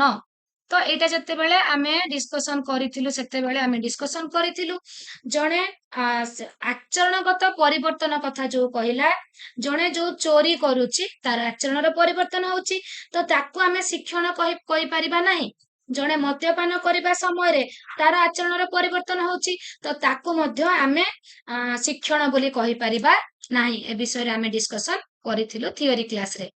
ବ୍ୟକ୍ତିଗତ ତାରତମ୍ୟ ହେଉଛି ଗୁଣାତ୍ମକ, ପରିମାଣାତ୍ମକ, କେବଳ ଗୁଣାତ୍ମକ, କେବଳ ପରିମାଣାତ୍ମକ, ଉପରୋକ୍ତ କୌଣସିଟି ନୁହେଁ। ଓଟିଇଟି 2013ରେ ଆମର ଆସିଥିଲା। ତ ଆମର ବ୍ୟକ୍ତିଗତ ତାରତମ୍ୟ ଉଭୟ ଗୁଣାତ୍ମକ ଓ ପରିମାଣାତ୍ମକ, କ୍ୱାଣ୍ଟିଟେଟିଭ ଆଣ୍ଡ କ୍ୱାଲିଟେଟିଭ। ବ୍ୟକ୍ତିଗତ ପ୍ରଭେଦ ଦୂର କରିବା ପାଇଁ କେଉଁ ବ୍ୟବସ୍ଥା ମାନ ଗ୍ରହଣ କରାଯିବା ଉଚିତ? ପିଲାମାନଙ୍କର ଜନ୍ମଗତ ପ୍ରତିଭା, ଆମର ଗୋଟେ ପ୍ରତି ପିଲାର ଯୋଉ ଇଣ୍ଡିଭିଜୁଆଲ ଡିଫରେନ୍ସଟା ରହୁଛି ତାକୁ ଦୂର କରିବା ପାଇଁ ପ୍ରଥମେ ଆମେ ପିଲାମାନଙ୍କର ଯୋଉ ଜନ୍ମଗତ ପ୍ରତିଭା ଅଛି ତାକୁ ଚିହ୍ନଟ କରିବା, ବିଦ୍ୟାଳୟ ପାଇଁ ତାଲିମ ଆଉ ଦକ୍ଷ ଶିକ୍ଷକ ଦବା, ସୁସ୍ଥ ପରିବେଶ ଆଉ ଉପଯୁକ୍ତ ଶିକ୍ଷା ବ୍ୟବସ୍ଥା ଆପଣେଇବା, ଆଉ ଉପରୋକ୍ତ ସମସ୍ତ। ଦେନ୍ ଫ୍ରେଣ୍ଡସ୍ ଆନ୍ସର ହବ ଆମର ଉପରୋକ୍ତ ସମସ୍ତ। ପର୍ଯ୍ୟବେକ୍ଷଣ ଦ୍ୱାରା ଶିଶୁର କେଉଁ ଗୁଣ ପରିପ୍ରକାଶ ହୁଏ? କଳ୍ପନା ଶକ୍ତି, ଚିନ୍ତା ଶକ୍ତି, ଉଭୟ ଏ ଓ ବି, ଏମାନଙ୍କ ମଧ୍ୟରୁ କେଉଁଟି ନୁହେଁ? ତ ଫ୍ରେଣ୍ଡସ୍ ଆନ୍ସର ହବ ଆମର ଉଭୟ ଏ ଓ ବି। ପର୍ଯ୍ୟବେକ୍ଷଣ ଦ୍ୱାରା କଳ୍ପନା ଚିନ୍ତନ ଦୁଇଟି ବିକାଶ ହୁଏ। ପର୍ଯ୍ୟବେକ୍ଷଣ ତତ୍ତ୍ୱ କାହା ଦ୍ୱାରା ପ୍ରତିପାଦିତ? ଏବେ ଆମେ ଡିସ୍କସନ କଲେ, ଭେରି ଭେରି ଇମ୍ପୋର୍ଟାଣ୍ଟ କ୍ୱେଶ୍ଚନ, ବାନ୍ଦୁରା ଓ ୱାଲ୍ଟର। ତ ଆନ୍ସର ହବ ଆମର ଉଭୟ ଏ ଓ ବି। पर्यवेक्षण माध्यम शिक्षण यह केउं श्रेणी पाई गुरुत्वपूर्ण पर्यवेक्षण माध्यम शिक्षणटा आमर निम्न श्रेणी पाई केउं विषय को पर्यवेक्षण माध्यम शिक्षण दिगले यह विशेष भाव आदृत हो पार प्रारंभिक परिवेश माध्यमिक परिवेश उभय ए ओ बी तो फ्रेंड्स प्रारंभिक परिवेश विज्ञान पर्यवेक्षण माध्यम शिक्षण दिगले यह अधिक आदृत हो पार पर्यवेक्षण सोपान केउटा ठीक विभिन्न वस्तुर अनुध्यान तथ्य संग्रह विश्लेषण सिद्धांत निरूपण तथ्य संग्रह वस्तुर अनुध्यान विश्लेषण सिद्धांत निरूपण विश्लेषण तथ्य संग्रह अनुध्यान सिद्धांत निरूपण एमानक मध्यरु केउटी नुहे तो फ्रेंड्स आमर आंसर हबो प्रथमे विभिन्न वस्तुर अनुध्यान तथ्य संग्रह विश्लेषण सिद्धांत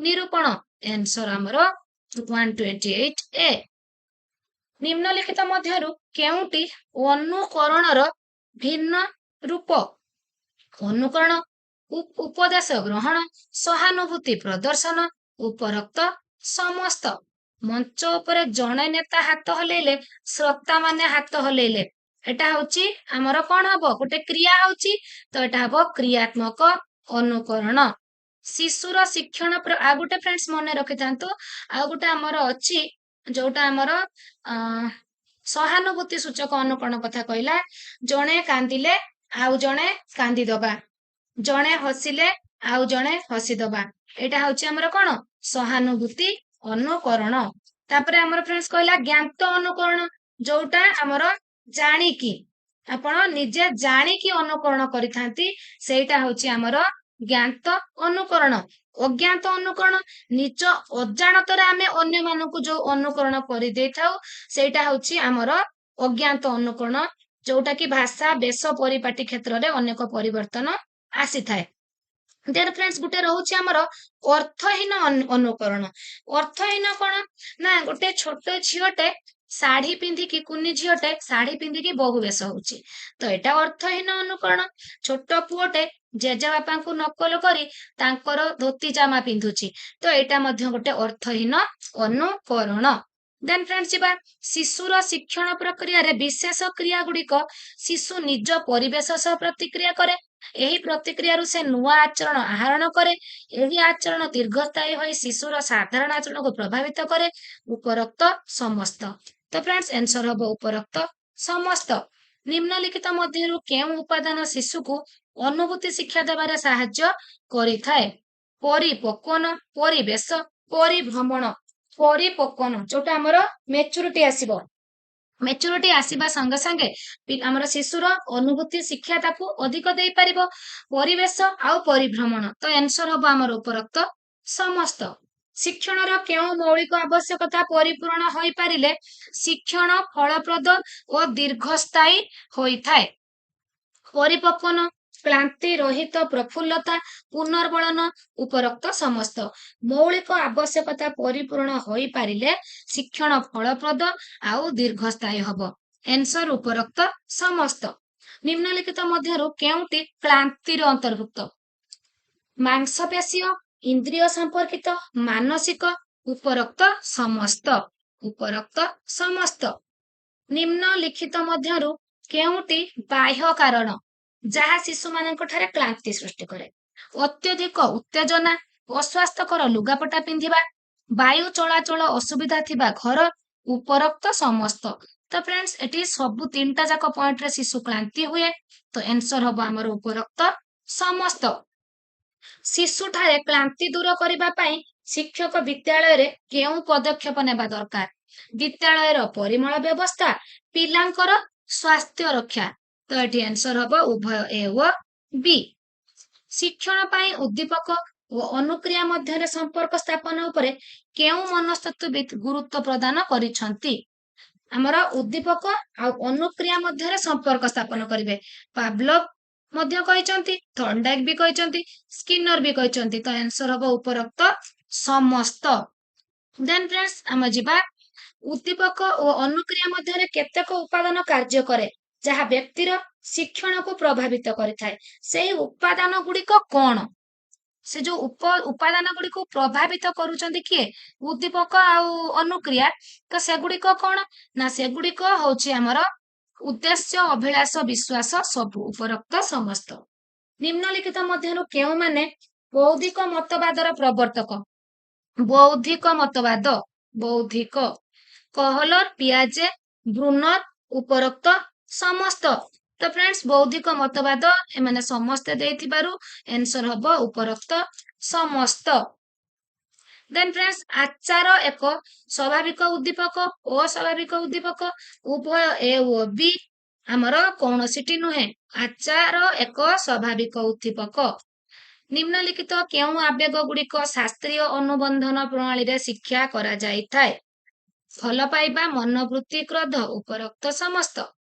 निम्नलिखित केउ श्रेणी रे शास्त्रीय अनुबंधनर अनेक उपादेयता अछि छोट शिशु मानकर व्यक्तित्व गठन उत्तम आचरण शिक्षा करिबा तथा खराब आचरण परित्याग करिबा उभय ए ओ बी हमर आंसर हबो उभय ए ओ बी देन फ्रेंड्स आमे देखिबा पिला मानकर केतक समय रे विद्यालय केतक शिक्षक और पाठ जोड़ा गणित इंग्राजी प्रति अजथा भय थाए कि नहीं एही भय को कहा साहाय्य आमे दूर करिबा एहाकू आमे शास्त्रीय अनुबंधन आउ हमर रहिला कार्य साधन अनुबंधन शास्त्रीय अनुबंधन आंसर विद्यालय रे घंटा बाजिले पिला माने प्रार्थना आरंभ करती यह केउ आचरणर दृष्टांत अनुक्रियात्मक कार्य साधन शास्त्रीय अनुवाद उपरोक्त समस्त अनुक्रियात्मक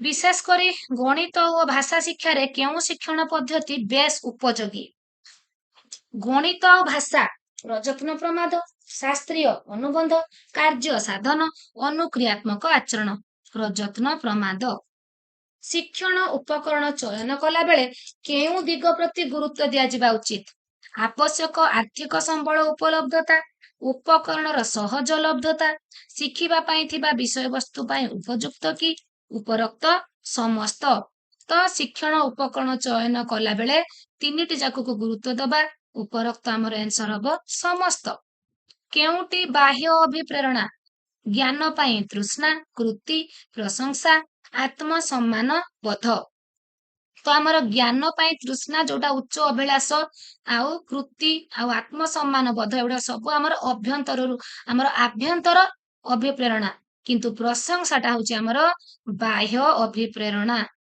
प्रशंसा पुरस्कार एगुड़िक बाह्य अभिप्रेरणा केउटी आभ्यंतरण अभिप्रेरणा कौन से कार्य रे सुनाम उच्च भविष्यत विषय रे उच्चाभिलाष खाद्य उपरोक्त समस्त देन फ्रेंड्स आमे डिस्कशन करिबा हमर विद्यालय परिवेश को आनंदमय करबा को हेले निम्नलिखित केउ दिग प्रति गुरुत्व देबा को पड़िबो निम्नलिखित केउ दिग शिशु प्रिय हमर विद्यालय परिवेश को आनंदमय करिवे ताने शिशु प्रिय उपादान प्राकृतिक परिवेश पिला मानको सब सुविधा सुजोग देबे मौलिक सुविधा सुजोग आंसर उपरोक्त समस्त शिशुर व्यक्तित्व को प्रभावित करुथिबा उपादान व्यक्तित्व पर्सनालिटी तार वंशगुण तार परिवेष्टनी तार स्वास्थ्य तो फ्रेंड्स एठी हमर आंसर हबो उपरोक्त समस्त शिशुटीर मनोवृत्ति केउ मानक ठारु गृहीत होइथाए केउ मानक ठारु गृहीत होइथाए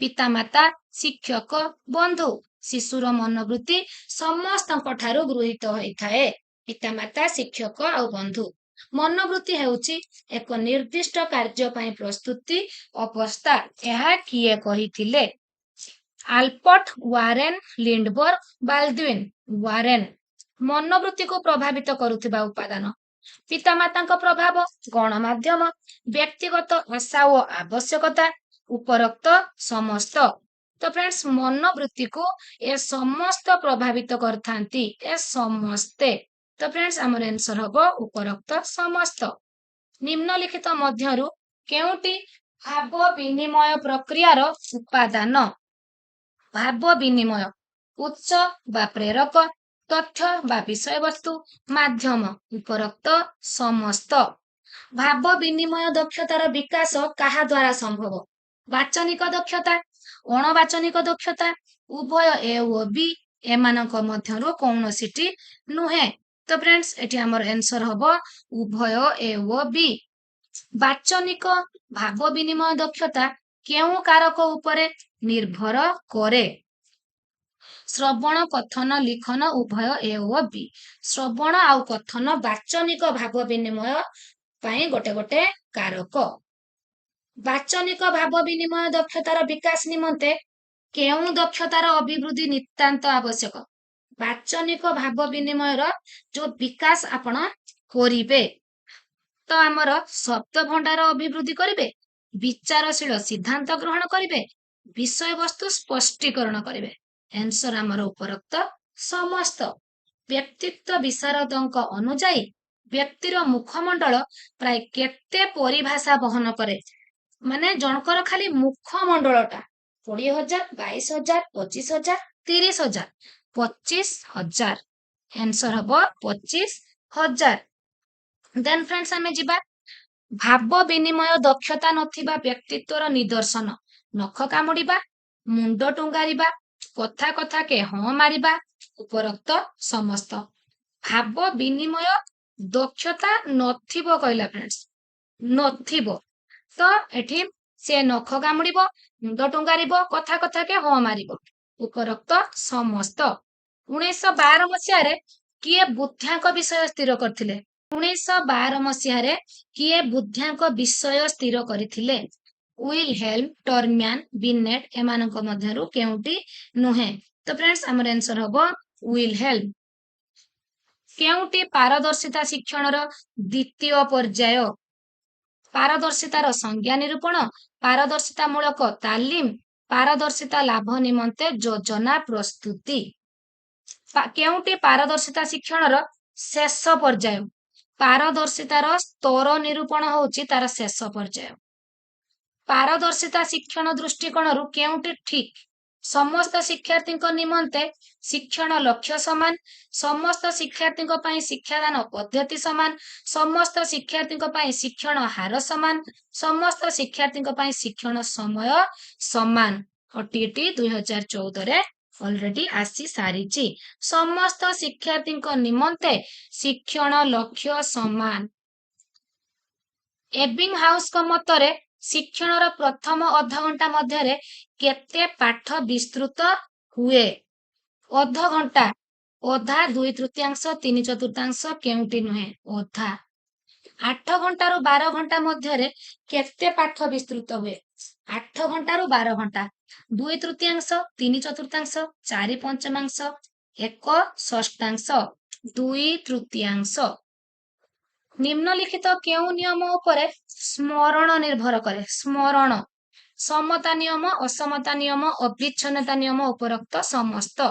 समता नियम।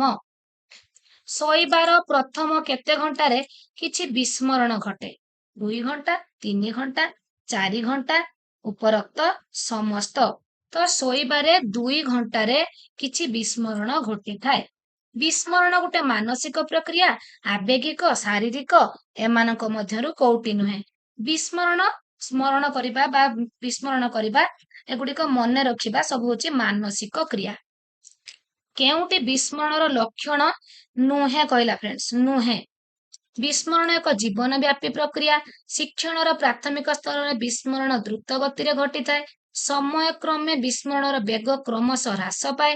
किछि दिन परे विस्मरण पूर्ण मात्रा रे घटी थाए। किछि दिन परे विस्मरण पूर्ण मात्रा रे घटी थाए। प्राथमिक विद्यालय रे शिक्षण पाई शिक्षक माने केउ पद्धति अवलंबन करिवे? प्राथमिक स्तर रे पर्यवेक्षण, आवृत्ति, क्रीड़ा, उपरोक्त समस्त। प्राथमिक स्तर रे आवृत्ति। निम्नलिखित पद्धति मध्यरु केउ पद्धति अधिक विज्ञान सम्मत? समस्या अभ्यास, कर्म, प्रयत्न। हमर समस्या समाधानटा होची हमर विज्ञान सम्मत। किए शिक्षण उद्देश्यर वर्गीकरण करथिले फ्रेंड्स? वर्गीकरण बीएस ब्लूम, गिलफोर्ड, गाल्टन, पियाजे। BS Bloom. केउ मनस्तत्वविद मतरे बुद्धि और वंशगुण मध्यरे विशेष संपर्क देखा जाए? विशेष संपर्क Galton, Cyril Burt, Arthur Jensen. Galton. केउ मनोवैज्ञानिक मतरे ଭିନ୍ନ ଯମଜ ସନ୍ତାନକ ଅପେକ୍ଷା ଅଭିନ୍ନ ଯମଜ ସନ୍ତାନଙ୍କର ବୁଦ୍ଧିର ଅନୁବନ୍ଧ ଅଧିକ ପରିଲକ୍ଷିତ ହୁଏ। ତ କେଉଁ ମନୋବିଜ୍ଞାନୀ? ୱିଲସନ୍, ଗାଲ୍ଟନ, କହଲର, ପିଆଜେ। ୱିଲସନ୍। ଆନ୍ସର ହବ ୱିଲସନ୍। ଥର୍ନଡାଇକ୍ ବୁଦ୍ଧିକୁ କିପରି ବିଭାଜନ କରିଛନ୍ତି? ଥର୍ନଡାଇକ୍ ବିମୂର୍ତ୍ତ, ମୂର୍ତ୍ତ, ସାମାଜିକ। ଉପରୋକ୍ତ ସମସ୍ତ। ନିମ୍ନଲିଖିତ ମଧ୍ୟରୁ କେଉଁଟି ପେଶୀୟ ଶିକ୍ଷଣ? ଦୌଡ଼ିବା, ପହଁରିବା, ଅଙ୍ଗୁଳି ଚାଳନା କରିବା, ଏ ସମସ୍ତ। ତ ପେଶୀୟ ଶିକ୍ଷଣ କହିଲେ ଫ୍ରେଣ୍ଡସ୍ ଆମର ଏ ଉପରୋକ୍ତ ସମସ୍ତ, ଦୌଡ଼ିବା, ଅଙ୍ଗୁଳି ଚାଳନା, ପହଁରିବା ସବୁ ଗୁଡ଼ିକ। କେଉଁ ଶିକ୍ଷଣ ପଦ୍ଧତି ଦ୍ୱାରା ଶିକ୍ଷଣ ଆଜୀବନ ଚାଲିଥାଏ? ଆଜୀବନ। ପର୍ଯ୍ୟବେକ୍ଷଣ, ଅନୁକରଣ, ସ୍ମରଣ ଭିତ୍ତିକ, ଅର୍ଥବୋଧ ମାଧ୍ୟମରେ ଶିକ୍ଷଣ। ପର୍ଯ୍ୟବେକ୍ଷଣ। କାହା ଦ୍ୱାରା ପ୍ରତିପାଦିତ? ବ୍ରୁନର, ଡାଭେ, ଟରମ୍ୟାନ, ଏମାନଙ୍କ ମଧ୍ୟରୁ କେଉଁଟି ନୁହେଁ? ତ ଆମର ଏଟା ହଉଛି କଣ? ଆବିଷ୍କାର ଭିତ୍ତିକ ଶିକ୍ଷଣ। ଆବିଷ୍କାର ଭିତ୍ତିକ ଶିକ୍ଷଣ ହଉଛି ବ୍ରୁନର। ଶିଶୁମାନଙ୍କର ଭାଷାର ବିକାଶ କେଉଁ ଉପାଦାନ ଦ୍ୱାରା ପ୍ରଭାବିତ ହୋଇଥାଏ? ଭାଷାର ବିକାଶ, ଶାରୀରିକ ପରିପକ୍ୱତା, ମାନସିକ ବିକାଶ, ଚତୁଃପାର୍ଶ୍ୱରେ ଥିବା ବସ୍ତୁ, ଉପରୋକ୍ତ ସମସ୍ତ। ଉପରୋକ୍ତ ସମସ୍ତ। ଦେନ୍ ଫ୍ରେଣ୍ଡସ୍ ଆମେ ଯିବା ସାଧାରଣତଃ ଶିଶୁର ମନସ୍ତାତ୍ତ୍ୱିକ ଉପାଦାନ କେଉଁଠାରୁ ସୃଷ୍ଟି ହୋଇଥାଏ? ଗୃହ ପରିବେଶ, ବିଦ୍ୟାଳୟ ପରିବେଶ, ସାଙ୍ଗସାଥୀ ମେଳ, ଉପରୋକ୍ତ ସମସ୍ତ। ଉପରୋକ୍ତ ସମସ୍ତ। ଦେନ୍ ଫ୍ରେଣ୍ଡସ୍ ଶତକଡ଼ା ପ୍ରାୟ କେତେ ଭାଗ ଅପଚାରୀ କାର୍ଯ୍ୟ ଶିଶୁର ସଙ୍ଗ ଦୃଷ୍ଟିରୁ ହେଇଥାଏ? ସଙ୍ଗ ଦୋଷରୁ କେତେ ଅପଚାରୀ କାର୍ଯ୍ୟ ପିଲା କରିଥାଏ? 75%। କେଉଁ ଉପାଦାନ ଗୁଡ଼ିକ ଶିକ୍ଷଣ ରେଖାକୁ ପ୍ରଭାବିତ କରେ? ବ୍ୟକ୍ତିଗତ ଗୁଣ, ପାଠ୍ୟ ବିଷୟର ସ୍ୱରୂପ, ଶିକ୍ଷଣ ପଦ୍ଧତି, ଉପରୋକ୍ତ ସମସ୍ତ। ତ ଫ୍ରେଣ୍ଡସ୍ ଆମର ଆନ୍ସର ହବ ଉପରୋକ୍ତ ସମସ୍ତ।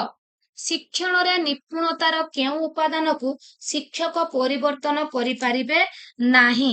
ନାହିଁ କହିଲା ଫ୍ରେଣ୍ଡସ୍। ଶିକ୍ଷାର୍ଥୀର ବୁଦ୍ଧି, ଗୁଣାତ୍ମକ ଶିକ୍ଷାଦାନ, ଶିକ୍ଷାର୍ଥୀ ସକ୍ରିୟ ଭାବରେ ବିନିଯୋଗ କରୁଥିବା ସମୟ, ଉପରୋକ୍ତ ସମସ୍ତ। ତ ଏଠି ଶିକ୍ଷାର ନିପୁଣତାରେ ଶିକ୍ଷକ ଶିକ୍ଷାର୍ଥୀର ବୁଦ୍ଧି ପରିବର୍ତ୍ତନ କରିପାରିବେ ନାହିଁ। ଶିକ୍ଷଣରେ ନିପୁଣତା ହାସଲ ପାଇଁ ଶିକ୍ଷାର୍ଥୀମାନଙ୍କୁ ଶିକ୍ଷକମାନେ କେଉଁ ପ୍ରକାର କୌଶଳ ଅବଲମ୍ବନ କରିବେ? ସୁଚିନ୍ତିତ ଯୋଜନା, ଏକକ ଭିତ୍ତିକ ଶିକ୍ଷାଦାନ ମୂଲ୍ୟାୟନ, ଶିକ୍ଷଣରେ ନିପୁଣତା ସମ୍ବନ୍ଧୀୟ ମାନଦଣ୍ଡ, ଉପରୋକ୍ତ ସମସ୍ତ। ତ ଫ୍ରେଣ୍ଡସ୍ ଆନ୍ସର ହବ ଆମର ଉପରୋକ୍ତ ସମସ୍ତ। ଅନ୍ତରଣର ସମ୍ଭାବନା କେଉଁ ଉପାଦାନ ନିର୍ଭର କରେ? ଅନ୍ତରଣର ସମ୍ଭାବନା ସରଳରୁ ଜଟିଳ, ଅନ୍ତରଣ ସମ୍ବନ୍ଧୀୟ ତାଲିମ ଓ ଅଭ୍ୟାସ, ଅଭିଜ୍ଞତାର ସାମାନ୍ୟକରଣର, ଉପରୋକ୍ତ ସମସ୍ତ। ନିମ୍ନଲିଖିତ କେଉଁ କାର୍ଯ୍ୟ ଗୁଡ଼ିକ ପିଲାମାନଙ୍କର ଦକ୍ଷତା ବୃଦ୍ଧି କରିବାରେ ସାହାଯ୍ୟ କରେ? ଦକ୍ଷତା, ଖେଳକୁଦ ଓ ବ୍ୟାୟାମ, ଉଦ୍ୟାନ କର୍ମ, ଗୋଷ୍ଠୀ ସେବା, ଉପରୋକ୍ତ ସମସ୍ତ। ତ ଫ୍ରେଣ୍ଡସ୍ ଏଠି ହବ ଉପରୋକ୍ତ ସମସ୍ତ। ପ୍ରଯତ୍ନ ପ୍ରମାଦ ଶିକ୍ଷଣ ଓ ଅନ୍ତର୍ଦୃଷ୍ଟି ଶିକ୍ଷଣ ମଧ୍ୟରେ ପାର୍ଥକ୍ୟ କଣ? ପ୍ରଯତ୍ନ ପ୍ରମାଦ ଅନୁସାରେ କମ୍ ପ୍ରଚେଷ୍ଟାରେ ଲକ୍ଷ୍ୟ ସାଧନ ହୁଏ, ମାତ୍ର ଅନ୍ତର୍ଦୃଷ୍ଟି ଶିକ୍ଷଣରେ ଅନେକ ପ୍ରଚେଷ୍ଟା ପରେ ଲକ୍ଷ୍ୟ ସାଧନ ହୋଇଥାଏ। ଅନ୍ତର୍ଦୃଷ୍ଟିରେ କମ୍ ପ୍ରଚେଷ୍ଟାରେ ହଠାତ୍ ଲକ୍ଷ୍ୟ ସାଧନ ହେଇଯାଏ, ମାତ୍ର ପ୍ରଯତ୍ନ ପ୍ରମାଦରେ ଅନେକ ଚେଷ୍ଟା ପରେ ଦୈବାତ୍ ଲକ୍ଷ୍ୟ ସାଧନଟା ଆମର ହୋଇଥାଏ। ଅନ୍ତର୍ଦୃଷ୍ଟିରେ କମ୍ ପ୍ରଚେଷ୍ଟାରେ ହଠାତ୍ ଲକ୍ଷ୍ୟ ସାଧନ ହୁଏ, ମାତ୍ର ପ୍ରଯତ୍ନ ପ୍ରମାଦରେ ଅନେକ ଚେଷ୍ଟା ପରେ, ଯେମିତି ବିରାଡ଼ିଟି ଅନେକ ଚେଷ୍ଟା କରୁଥିବ ହଠାତ୍ ତା ପାଦ ଛିଟକିନି ଉପରେ ପଡ଼ିଗଲେ ଡୋର ଖୋଲିବନି, ସେ ଯାଉଥିବ ମାଛ ଖାଇବାକୁ। ତ ଏଇଟା ହଉଛି ଆମର 189, ଆନ୍ସର ହବ ସି। ଦେନ୍ ଫ୍ରେଣ୍ଡସ୍ ଆମେ ଯିବା ଶିକ୍ଷାର୍ଥୀର ସର୍ବନିମ୍ନ ଶିକ୍ଷଣ ସ୍ତର ହାସଲ କରିବା ପାଇଁ କଣ ଆବଶ୍ୟକ? ଯୋଉ minimum level of learning MLL, ତାର କଣ ଦରକାର? ପାଠ୍ୟପୁସ୍ତକ, ଶିକ୍ଷକଙ୍କ ଉପଯୁକ୍ତ ନିର୍ଦ୍ଦେଶନା, ଉପଯୁକ୍ତ ଦୃଶ୍ୟ ଶ୍ରାବ୍ୟ ଉପକରଣ, ଉପରୋକ୍ତ ସମସ୍ତ। ତ ଏଠି ହଉଛି ମିନିମମ୍ ଆମର ପାଠ୍ୟପୁସ୍ତକ। ନିମ୍ନଲିଖିତ ମଧ୍ୟରୁ କେଉଁଟି ଶିକ୍ଷଣ କାର୍ଯ୍ୟର ଗୁଣାବଳୀ? ଶିକ୍ଷଣ କାର୍ଯ୍ୟର ଗୁଣାବଳୀ ଆନନ୍ଦଦାୟୀ, ଆହ୍ୱାନ ମୂଳକ, ଚିନ୍ତା କରିବା ପାଇଁ ସୁଯୋଗ, ଆନ୍ସର ହବ ଉପରୋକ୍ତ ସମସ୍ତ। ନିମ୍ନଲିଖିତ ମଧ୍ୟରୁ କେଉଁଟି ଉତ୍ତମ କାର୍ଯ୍ୟର ଲକ୍ଷଣ? ଲକ୍ଷ୍ୟ କୈନ୍ଦ୍ରିକ, ଆହ୍ୱାନ ମୂଳକ, ସ୍ୱତଃସ୍ଫୂର୍ତ୍ତ ଅଂଶଗ୍ରହଣ, ଉପରୋକ୍ତ ସମସ୍ତ। ଦେନ୍ फ्रेंड्स आमे जिबा अंतरण शिक्षणर अर्थ कौन? अंतरण शिक्षण गोटे विषय रे दिया जाइथिबा शिक्षा अन्य विषयर शिक्षण को प्रभावित करे, एटा होची अंतरण शिक्षण। निम्नलिखित मध्यरु केउ गुड़िक मानसिक चापर अंतर्गत? मानसिक चाप, कार्यभार गोटे मानसिक चाप, नैराश्य भी गोटे मानसिक चाप, द्वंद्व हेले भी गोटे मानसिक चाप। तो उपरोक्त समस्त। विस्मृतिर कारण, विस्मरण घटिब केतेबेले? ता कारण होची आपणकर समय अनुपयोग, अंतराय सृष्टि, ए सबु गुड़िक ए तीनोटी जाक आमर रहुची विस्मृतिर कारण। तो आंसर उपरोक्त समस्त।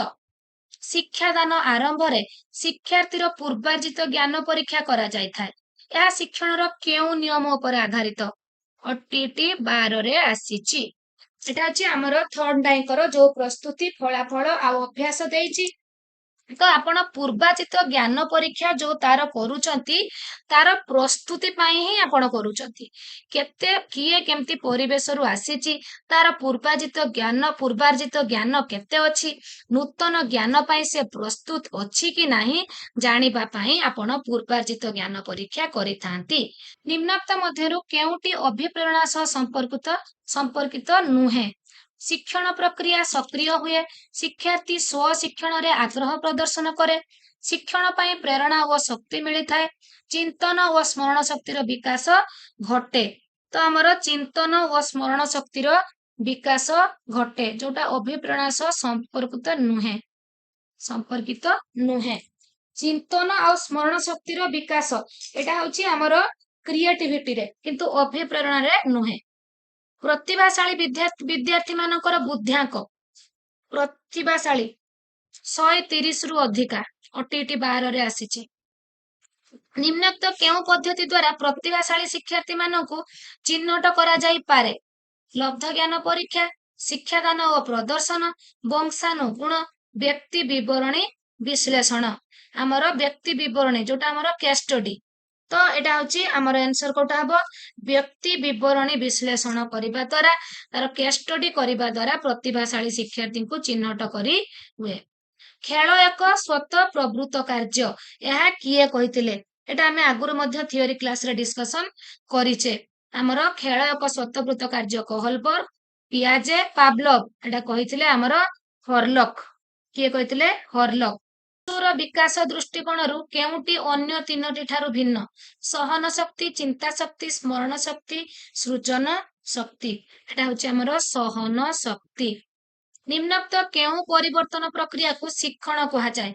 शारीरिक, आचरणगत, जैविक आउ मानसिक। आचरणगत परिवर्तन को शिक्षण कहा जाए।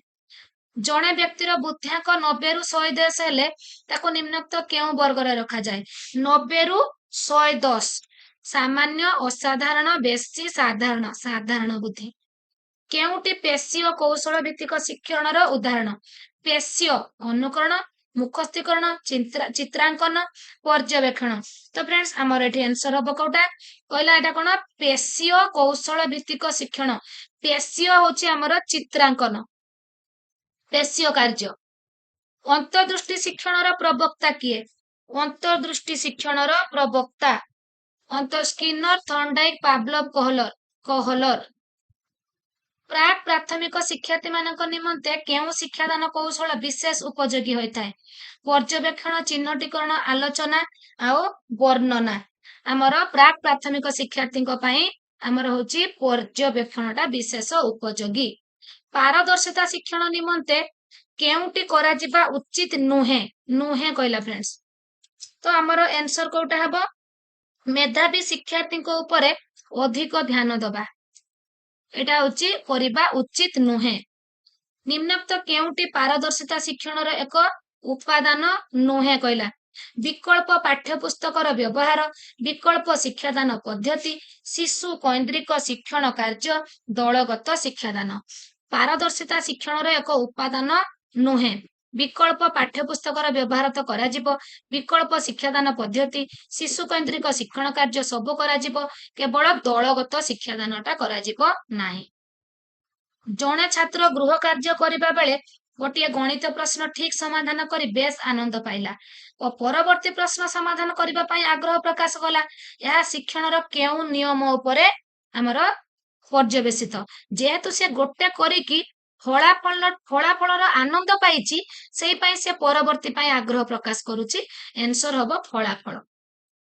ପ୍ରାଥମିକ ବିଦ୍ୟାଳୟ ଶିକ୍ଷାର୍ଥୀ ମାନେ ମୁଖ୍ୟତଃ ନିମ୍ନୋକ୍ତ କେଉଁ ଉପାୟ ଦ୍ୱାରା ଅଭିଜ୍ଞତା ଅର୍ଜନ କରିଥାନ୍ତି? ବାସ୍ତବ ପର୍ଯ୍ୟବେକ୍ଷଣ, ଅନ୍ୟମାନଙ୍କ ଠାରୁ ଶୁଣି, ଅନୁକରଣ, କାଳ୍ପନିକ ଚିନ୍ତନ। ତ ପ୍ରାଥମିକ ବିଦ୍ୟାଳୟର ଶିକ୍ଷାର୍ଥୀ ମାନେ ବାସ୍ତବ ପର୍ଯ୍ୟବେକ୍ଷଣ କରିକି ଅଭିଜ୍ଞତା ଅର୍ଜନ କରନ୍ତି। ନିମ୍ନୋକ୍ତ ମଧ୍ୟରୁ କେଉଁଟି ପାଠ୍ୟ ଉପକରଣ ବ୍ୟବହାରର ଏକ ଉପଯୋଗିତା ନୁହେଁ କହିଲା? ଶିକ୍ଷକଙ୍କ ବିଷୟଗତ ଜ୍ଞାନ ବୃଦ୍ଧି କରିବା, ଶିକ୍ଷଣ ପ୍ରକ୍ରିୟାକୁ ସହଜ କରିବା, ଶିଶୁର ପାଠ୍ୟବସ୍ତୁ ପ୍ରତି ଆଗ୍ରହ ସୃଷ୍ଟି କରିବା, ପାଠ୍ୟବସ୍ତୁ ସମ୍ବନ୍ଧରେ ବାସ୍ତବ ଜ୍ଞାନ ଦେବା। ଶିକ୍ଷକଙ୍କ ବିଷୟଗତ ଜ୍ଞାନ ବୃଦ୍ଧି କରିବା। ଦେନ୍ ଫ୍ରେଣ୍ଡସ୍ ଆମେ ଦେଖିବା ଦୃଶ୍ୟ ଶ୍ରାବ୍ୟ ଉପକରଣ ବ୍ୟବହାର ଦ୍ୱାରା କେଉଁଟି ସାଧିତ ହୁଏ?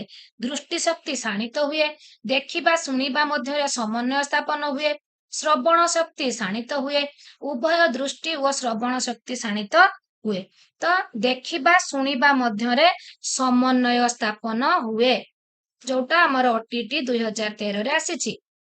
ବ୍ୟକ୍ତି ନିଜର ଭୁଲରୁ ହିଁ ଶିଖେ, ଏହା କେଉଁ ଶିକ୍ଷଣ ତତ୍ତ୍ୱ ଉପରେ ଆଧାରିତ? ବ୍ୟକ୍ତି ନିଜର ଭୁଲରୁ ଶିଖେ।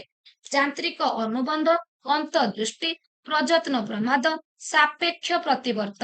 ତ ଏଠି ହବ ଆମର ପ୍ରଯତ୍ନ ପ୍ରମାଦ।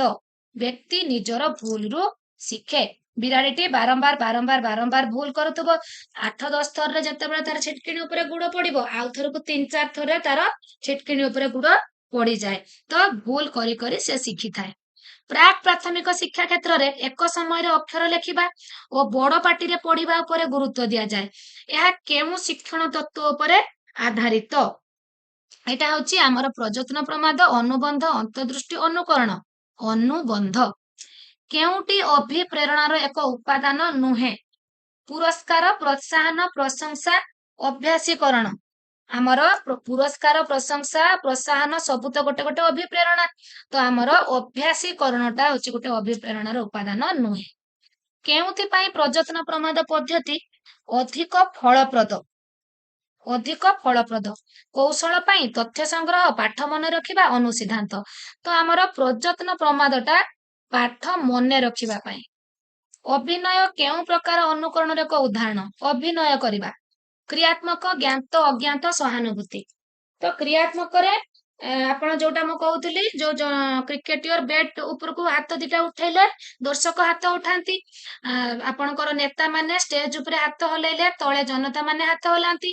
ତାପରେ ଆମର ଜ୍ଞାତ ହଉଛି ଜଣେ ଅଭିନୟକୁ ଆପଣ ଜଣଙ୍କ ରିହର୍ସାଲ କରିକି, ଜଣକୁ ଦେଖିକି, ଡାଇରେକ୍ଟରଙ୍କ ପାଖରୁ ଅଭିନୟ ଶିଖିକି ଯୋଉ ଜାଣିକି ଆପଣ ଅନୁକରଣ କରନ୍ତି, ତ ଅଭିନୟଟା ସେଥିପାଇଁ ଗୋଟେ ଜ୍ଞାତ ଅନୁକରଣ।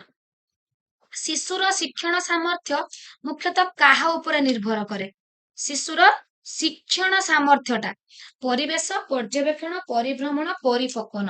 ଶିଶୁର ଶିକ୍ଷଣ ସାମର୍ଥ୍ୟ ଯୋଉଟା ଆମର ପରିପକ୍ୱନ ବା ମେଚୁରିଟି ଉପରେ ନିର୍ଭର କରେ। OTT 2014ରେ ଆସିଛି। କେଉଁଟି ଶିକ୍ଷାର୍ଥୀ କୈନ୍ଦ୍ରିକ ଶିକ୍ଷା ବ୍ୟବସ୍ଥା ସହ ସମ୍ପର୍କିତ? ଆମର ଚାଇଲ୍ଡ ସେଣ୍ଟର। ଶିକ୍ଷକ ପଥ ପ୍ରଦର୍ଶକ ରୂପେ କାର୍ଯ୍ୟ କରନ୍ତି, ଶିକ୍ଷାର୍ଥୀ ଶିକ୍ଷଣ ପ୍ରକ୍ରିୟାର କେନ୍ଦ୍ରବିନ୍ଦୁ।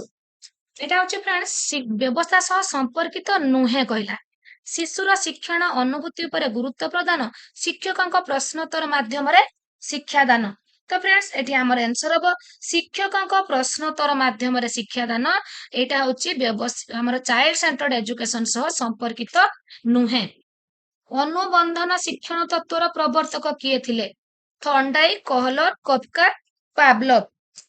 ତ ଆମର ପାଭଲଭ ହଉଛନ୍ତି ଅନୁବନ୍ଧନ ଶିକ୍ଷଣ ତତ୍ତ୍ୱ। ହର୍ଲକଙ୍କ ମତରେ ଆଦ୍ୟ ବାଲ୍ୟାବସ୍ଥାର ବୟସ ସୀମା କେତେ? 2ରୁ 6, 6ରୁ 10, 2ରୁ 10, 0ରୁ 6। ତ ହର୍ଲକଙ୍କ ମତରେ କହିଲା 2ରୁ 6 ବର୍ଷ। 2ରୁ 6 ବର୍ଷ। ନିମ୍ନସ୍ଥ କେଉଁ ମନସ୍ତତ୍ତ୍ୱବିତ୍ ଯେଉଁ ପଶୁ ଉପରେ ପରୀକ୍ଷା କରି ନିଜର ଶିକ୍ଷଣ ପଦ୍ଧତି ଆବିଷ୍କାର କରିଥିଲେ ତାର ଠିକ ଯୋଡି? ଯୋଉ ମନସ୍ତତ୍ତ୍ୱବିତ୍ ମାନେ ସବୁ ଆମର ଆବିଷ୍କାର କରିଛନ୍ତି ସବୁ ପଶୁ ମାନଙ୍କ ଉପରେ ନେଇ କରିଛନ୍ତି। ତ ଯୋଉଟା ଠିକ ଯୋଡି କୋହଲର ସିମ୍ପାଞ୍ଜି, ଥର୍ନଡାଇକ କୁକୁର, ପାଭଲଭ ମୂଷା, ସ୍କିନର ବିରାଡି। ତ ଆମର କୋଉଟା ଆମର ସେ କହୁଛି ଠିକ ଯୋଡି। କୋହଲର କରିଥିଲେ ସିମ୍ପାଞ୍ଜିଙ୍କ ଉପରେ, ପାଭଲଭ କରିଥିଲେ କୁକୁର ଉପରେ, ଆଉ ଥର୍ନଡାଇକ କରିଥିଲେ ଆମର କୁକୁର ଆଉ କାହା ଉପରେ, ସରି, ଥର୍ନଡାଇକ କରିଥିଲେ ବିରାଡି ଆଉ ମୂଷା ଉପରେ, ପାଭଲଭ କରିଥିଲେ କୁକୁର ଉପରେ, ସ୍କିନର କରିଥିଲେ ମୂଷା ଉପରେ। ତ କେଉଁଟି ଏକ ଶିକ୍ଷଣ ପଦ୍ଧତି ନୁହେଁ? ପର୍ଯ୍ୟବେକ୍ଷଣ, ଅନୁକରଣ, ଆବିଷ୍କାର, ପ୍ରଶିକ୍ଷଣ। ତ ଆମର ଆନ୍ସର ହବ ପ୍ରଶିକ୍ଷଣ ଗୋଟେ ଶିକ୍ଷଣ ପଦ୍ଧତି ନୁହେଁ। କିଏ ଅଭିପ୍ରେରଣର ଏକ କାରକ? ଅଭ୍ୟାସ, ପ୍ରଶ୍ନୋତ୍ତର, ପ୍ରୋତ୍ସାହନ, ସମୟାନୁବର୍ତ୍ତିତା। ତ ଆନ୍ସର ହବ ଆମର ପ୍ରୋତ୍ସାହନ, ପ୍ରୋତ୍ସାହନ। ଦେନ୍ ଫ୍ରେଣ୍ଡସ୍, କେଉଁଟି କାର୍ଯ୍ୟ ମାଧ୍ୟମରେ ଶିକ୍ଷଣ ପଦ୍ଧତି ଅନ୍ତର୍ଭୁକ୍ତ? ପ୍ରକଳ୍ପ, ଆଲୋଚନା, ବର୍ଣ୍ଣନା, ଅଭ୍ୟାସ। ମୁଁ କାଲି ବି ଯେତେବେଳେ ଲାଷ୍ଟ ମୋର MCQ ଡିସ୍କସନ କରିଥିଲି ମାରାଥନ କ୍ଲାସରେ, ସେତେବେଳେ ମଧ୍ୟ ମୁଁ କହିଥିଲି SST ରେ କାର୍ଯ୍ୟ ମାଧ୍ୟମରେ ବା କର୍ମ ମାଧ୍ୟମରେ ଶିକ୍ଷଣ ବା ବାସ୍ତବ ଅନୁଭୂତି ଶିକ୍ଷଣ ହଉଛି ଆମର ପ୍ରକଳ୍ପ ପଦ୍ଧତି। କେଉଁଟି ପାଠ୍ୟକ୍ରମ ପ୍ରସ୍ତୁତିର ଗୋଟିଏ ବିଧି ନୁହେଁ କହିଲା? ମନସ୍ତତ୍ତ୍ୱ ଭିତ୍ତିକ, ଶିକ୍ଷକ ଭିତ୍ତିକ, ସମାଜ ଭିତ୍ତିକ, ଉଦ୍ଦେଶ୍ୟ ଭିତ୍ତିକ। ଶିକ୍ଷକ ଭିତ୍ତିକ। କେଉଁଟି ପାଠ୍ୟକ୍ରମରେ ଥାଏ? ଲକ୍ଷ୍ୟ, ବିଷୟବସ୍ତୁ ଆଉ ମୂଲ୍ୟାୟନ। ଏ ସମସ୍ତ। ତ ଫ୍ରେଣ୍ଡସ୍, ଆମର ପାଠ୍ୟକ୍ରମ ଆଉ ଯୋଉ ଆମର ସିଲାବସ ଅଛି, କରିକୁଲମ ଆଉ ସିଲାବସ ର ଡିଫରେନ୍ସ ଉପରେ ଗୋଟେ ଥିଓରି କ୍ଲାସ ଅଛି, ଆପଣ ମାନେ ଯାଇକି ସେ CTP କ୍ଲାସଟା କରିପାରନ୍ତି। ଜଣେ ବ୍ୟକ୍ତି ଭବିଷ୍ୟତରେ ସଫଳ ଶିକ୍ଷକ ହୋଇପାରିବେ କି ନାହିଁ ଜାଣିବା ପାଇଁ କେଉଁ ପରୀକ୍ଷଣ କରାଯିବ? ମୁଁ ଆପଣ ମାନଙ୍କୁ ଏଇ ଯୋଉ CTP ର ଏଇ ଯୋଉ ପାଠ୍ୟକ୍ରମ ଆଉ ଆମର ଯୋଉ ସିଲାବସ ଆଉ କରିକୁଲମ କଥା କହୁଛି। ସିଲାବସ ରେ କେବଳ ବିଷୟର ସୂଚୀ ଥାଏ, କିନ୍ତୁ ପାଠ୍ୟକ୍ରମରେ ବିଷୟର କେବଳ ବିଷୟ ସୂଚୀ ନୁହଁ, ତାକୁ ଆପଣ କୋଉ ପ୍ରକ୍ରିୟାରେ ପଢେଇବେ, କୋଉ ପଦ୍ଧତିରେ ପଢେଇବେ, କିପରି ମୂଲ୍ୟାୟନ କରିବେ, ତ ସେଟା ଗୋଟେ ହୋଲ। ପାଠ୍ୟକ୍ରମଟା ଗୋଟେ ହୋଲ ହେଲେ ଆମର ସିଲାବସଟା ହଉଛି ତାର ଗୋଟେ ପାର୍ଟ। ଆମର ଜଣେ ବ୍ୟକ୍ତି ଭବିଷ୍ୟତରେ ସଫଳ ଶିକ୍ଷକ ହୋଇପାରିବ କି ନାହିଁ ଜାଣିବା ପାଇଁ କେଉଁ ପରୀକ୍ଷଣ କରାଯିବ? କେଉଁ ପରୀକ୍ଷଣ? ନୈଦାନିକ କୃତି ଏକକ, ଅଭିଯୋଗ୍ୟତା ପରୀକ୍ଷଣ। କେଉଁ ଉକ୍ତିଟି ଶିକ୍ଷକ କୈନ୍ଦ୍ରିକ ଶିକ୍ଷଣ ପାଇଁ ପ୍ରଯୁଜ୍ୟ? ଶିକ୍ଷକ କୈନ୍ଦ୍ରିକ, ଟିଚର ସେଣ୍ଟର୍ଡ ଯୋଉଟା କହିଲା। ତ କୋଉଟା ପ୍ରଯୁଜ୍ୟ? ଶିକ୍ଷକ ଅଧିକ ସକ୍ରିୟ ରୁହନ୍ତି। ଶିକ୍ଷାର୍ଥୀ କୈନ୍ଦ୍ରିକ ଆଉ ଶିକ୍ଷଣ କୈନ୍ଦ୍ରିକରେ ଶିକ୍ଷାର୍ଥୀ ସକ୍ରିୟ ରୁହେ, କିନ୍ତୁ ଶିକ୍ଷକ କୈନ୍ଦ୍ରିକରେ ଶିକ୍ଷକ ଅଧିକ ସକ୍ରିୟ ରୁହନ୍ତି। ଗୋଟିଏ ଉତ୍ତମ ପରୀକ୍ଷଣର କେଉଁ ଗୁଣ ଥାଏ? ବିଶ୍ୱସନୀୟତା, ଉପଯୋଗିତା, ବୈଧତା, ଏ ସମସ୍ତ। ତ ଗୋଟିଏ ଉତ୍ତମ ପରୀକ୍ଷଣରେ ଏ ସମସ୍ତ ଗୁଣ ରହିଥାଏ। ପ୍ରଯତ୍ନ ପ୍ରମାଦ ଶିକ୍ଷଣ ଓ ଅନ୍ତର୍ଦୃଷ୍ଟି ଶିକ୍ଷଣ ମଧ୍ୟରେ ପାର୍ଥକ୍ୟ କଣ? ଅନ୍ତର୍ଦୃଷ୍ଟିରେ କମ ପ୍ରଚେଷ୍ଟାରେ ହଠାତ୍ ଲକ୍ଷ୍ୟ ସାଧନ ହୁଏ, ମାତ୍ର ପ୍ରଯତ୍ନ ପ୍ରମାଦରେ ଅନେକ ଚେଷ୍ଟା ପରେ ଦୈବାତ ଲକ୍ଷ୍ୟ ସାଧନ ହୋଇଥାଏ। ତ ଫ୍ରେଣ୍ଡସ୍, ଏଠି ଆମର ଆନ୍ସର କୋଉଟା ହେବ? 236 ଆମର C। ଦେନ୍ ଫ୍ରେଣ୍ଡସ୍, ଆମେ ଦେଖିବା କେଉଁଟି ପାରଦର୍ଶିତା ଶିକ୍ଷଣ ପାଇଁ କରାଯାଇ ନଥାଏ? ପାରଦର୍ଶିତା ଶିକ୍ଷଣ ପାଇଁ ମେଧାବୀ ପିଲାଙ୍କ ପ୍ରତି ଅଧିକ ଧ୍ୟାନ ଦେବା।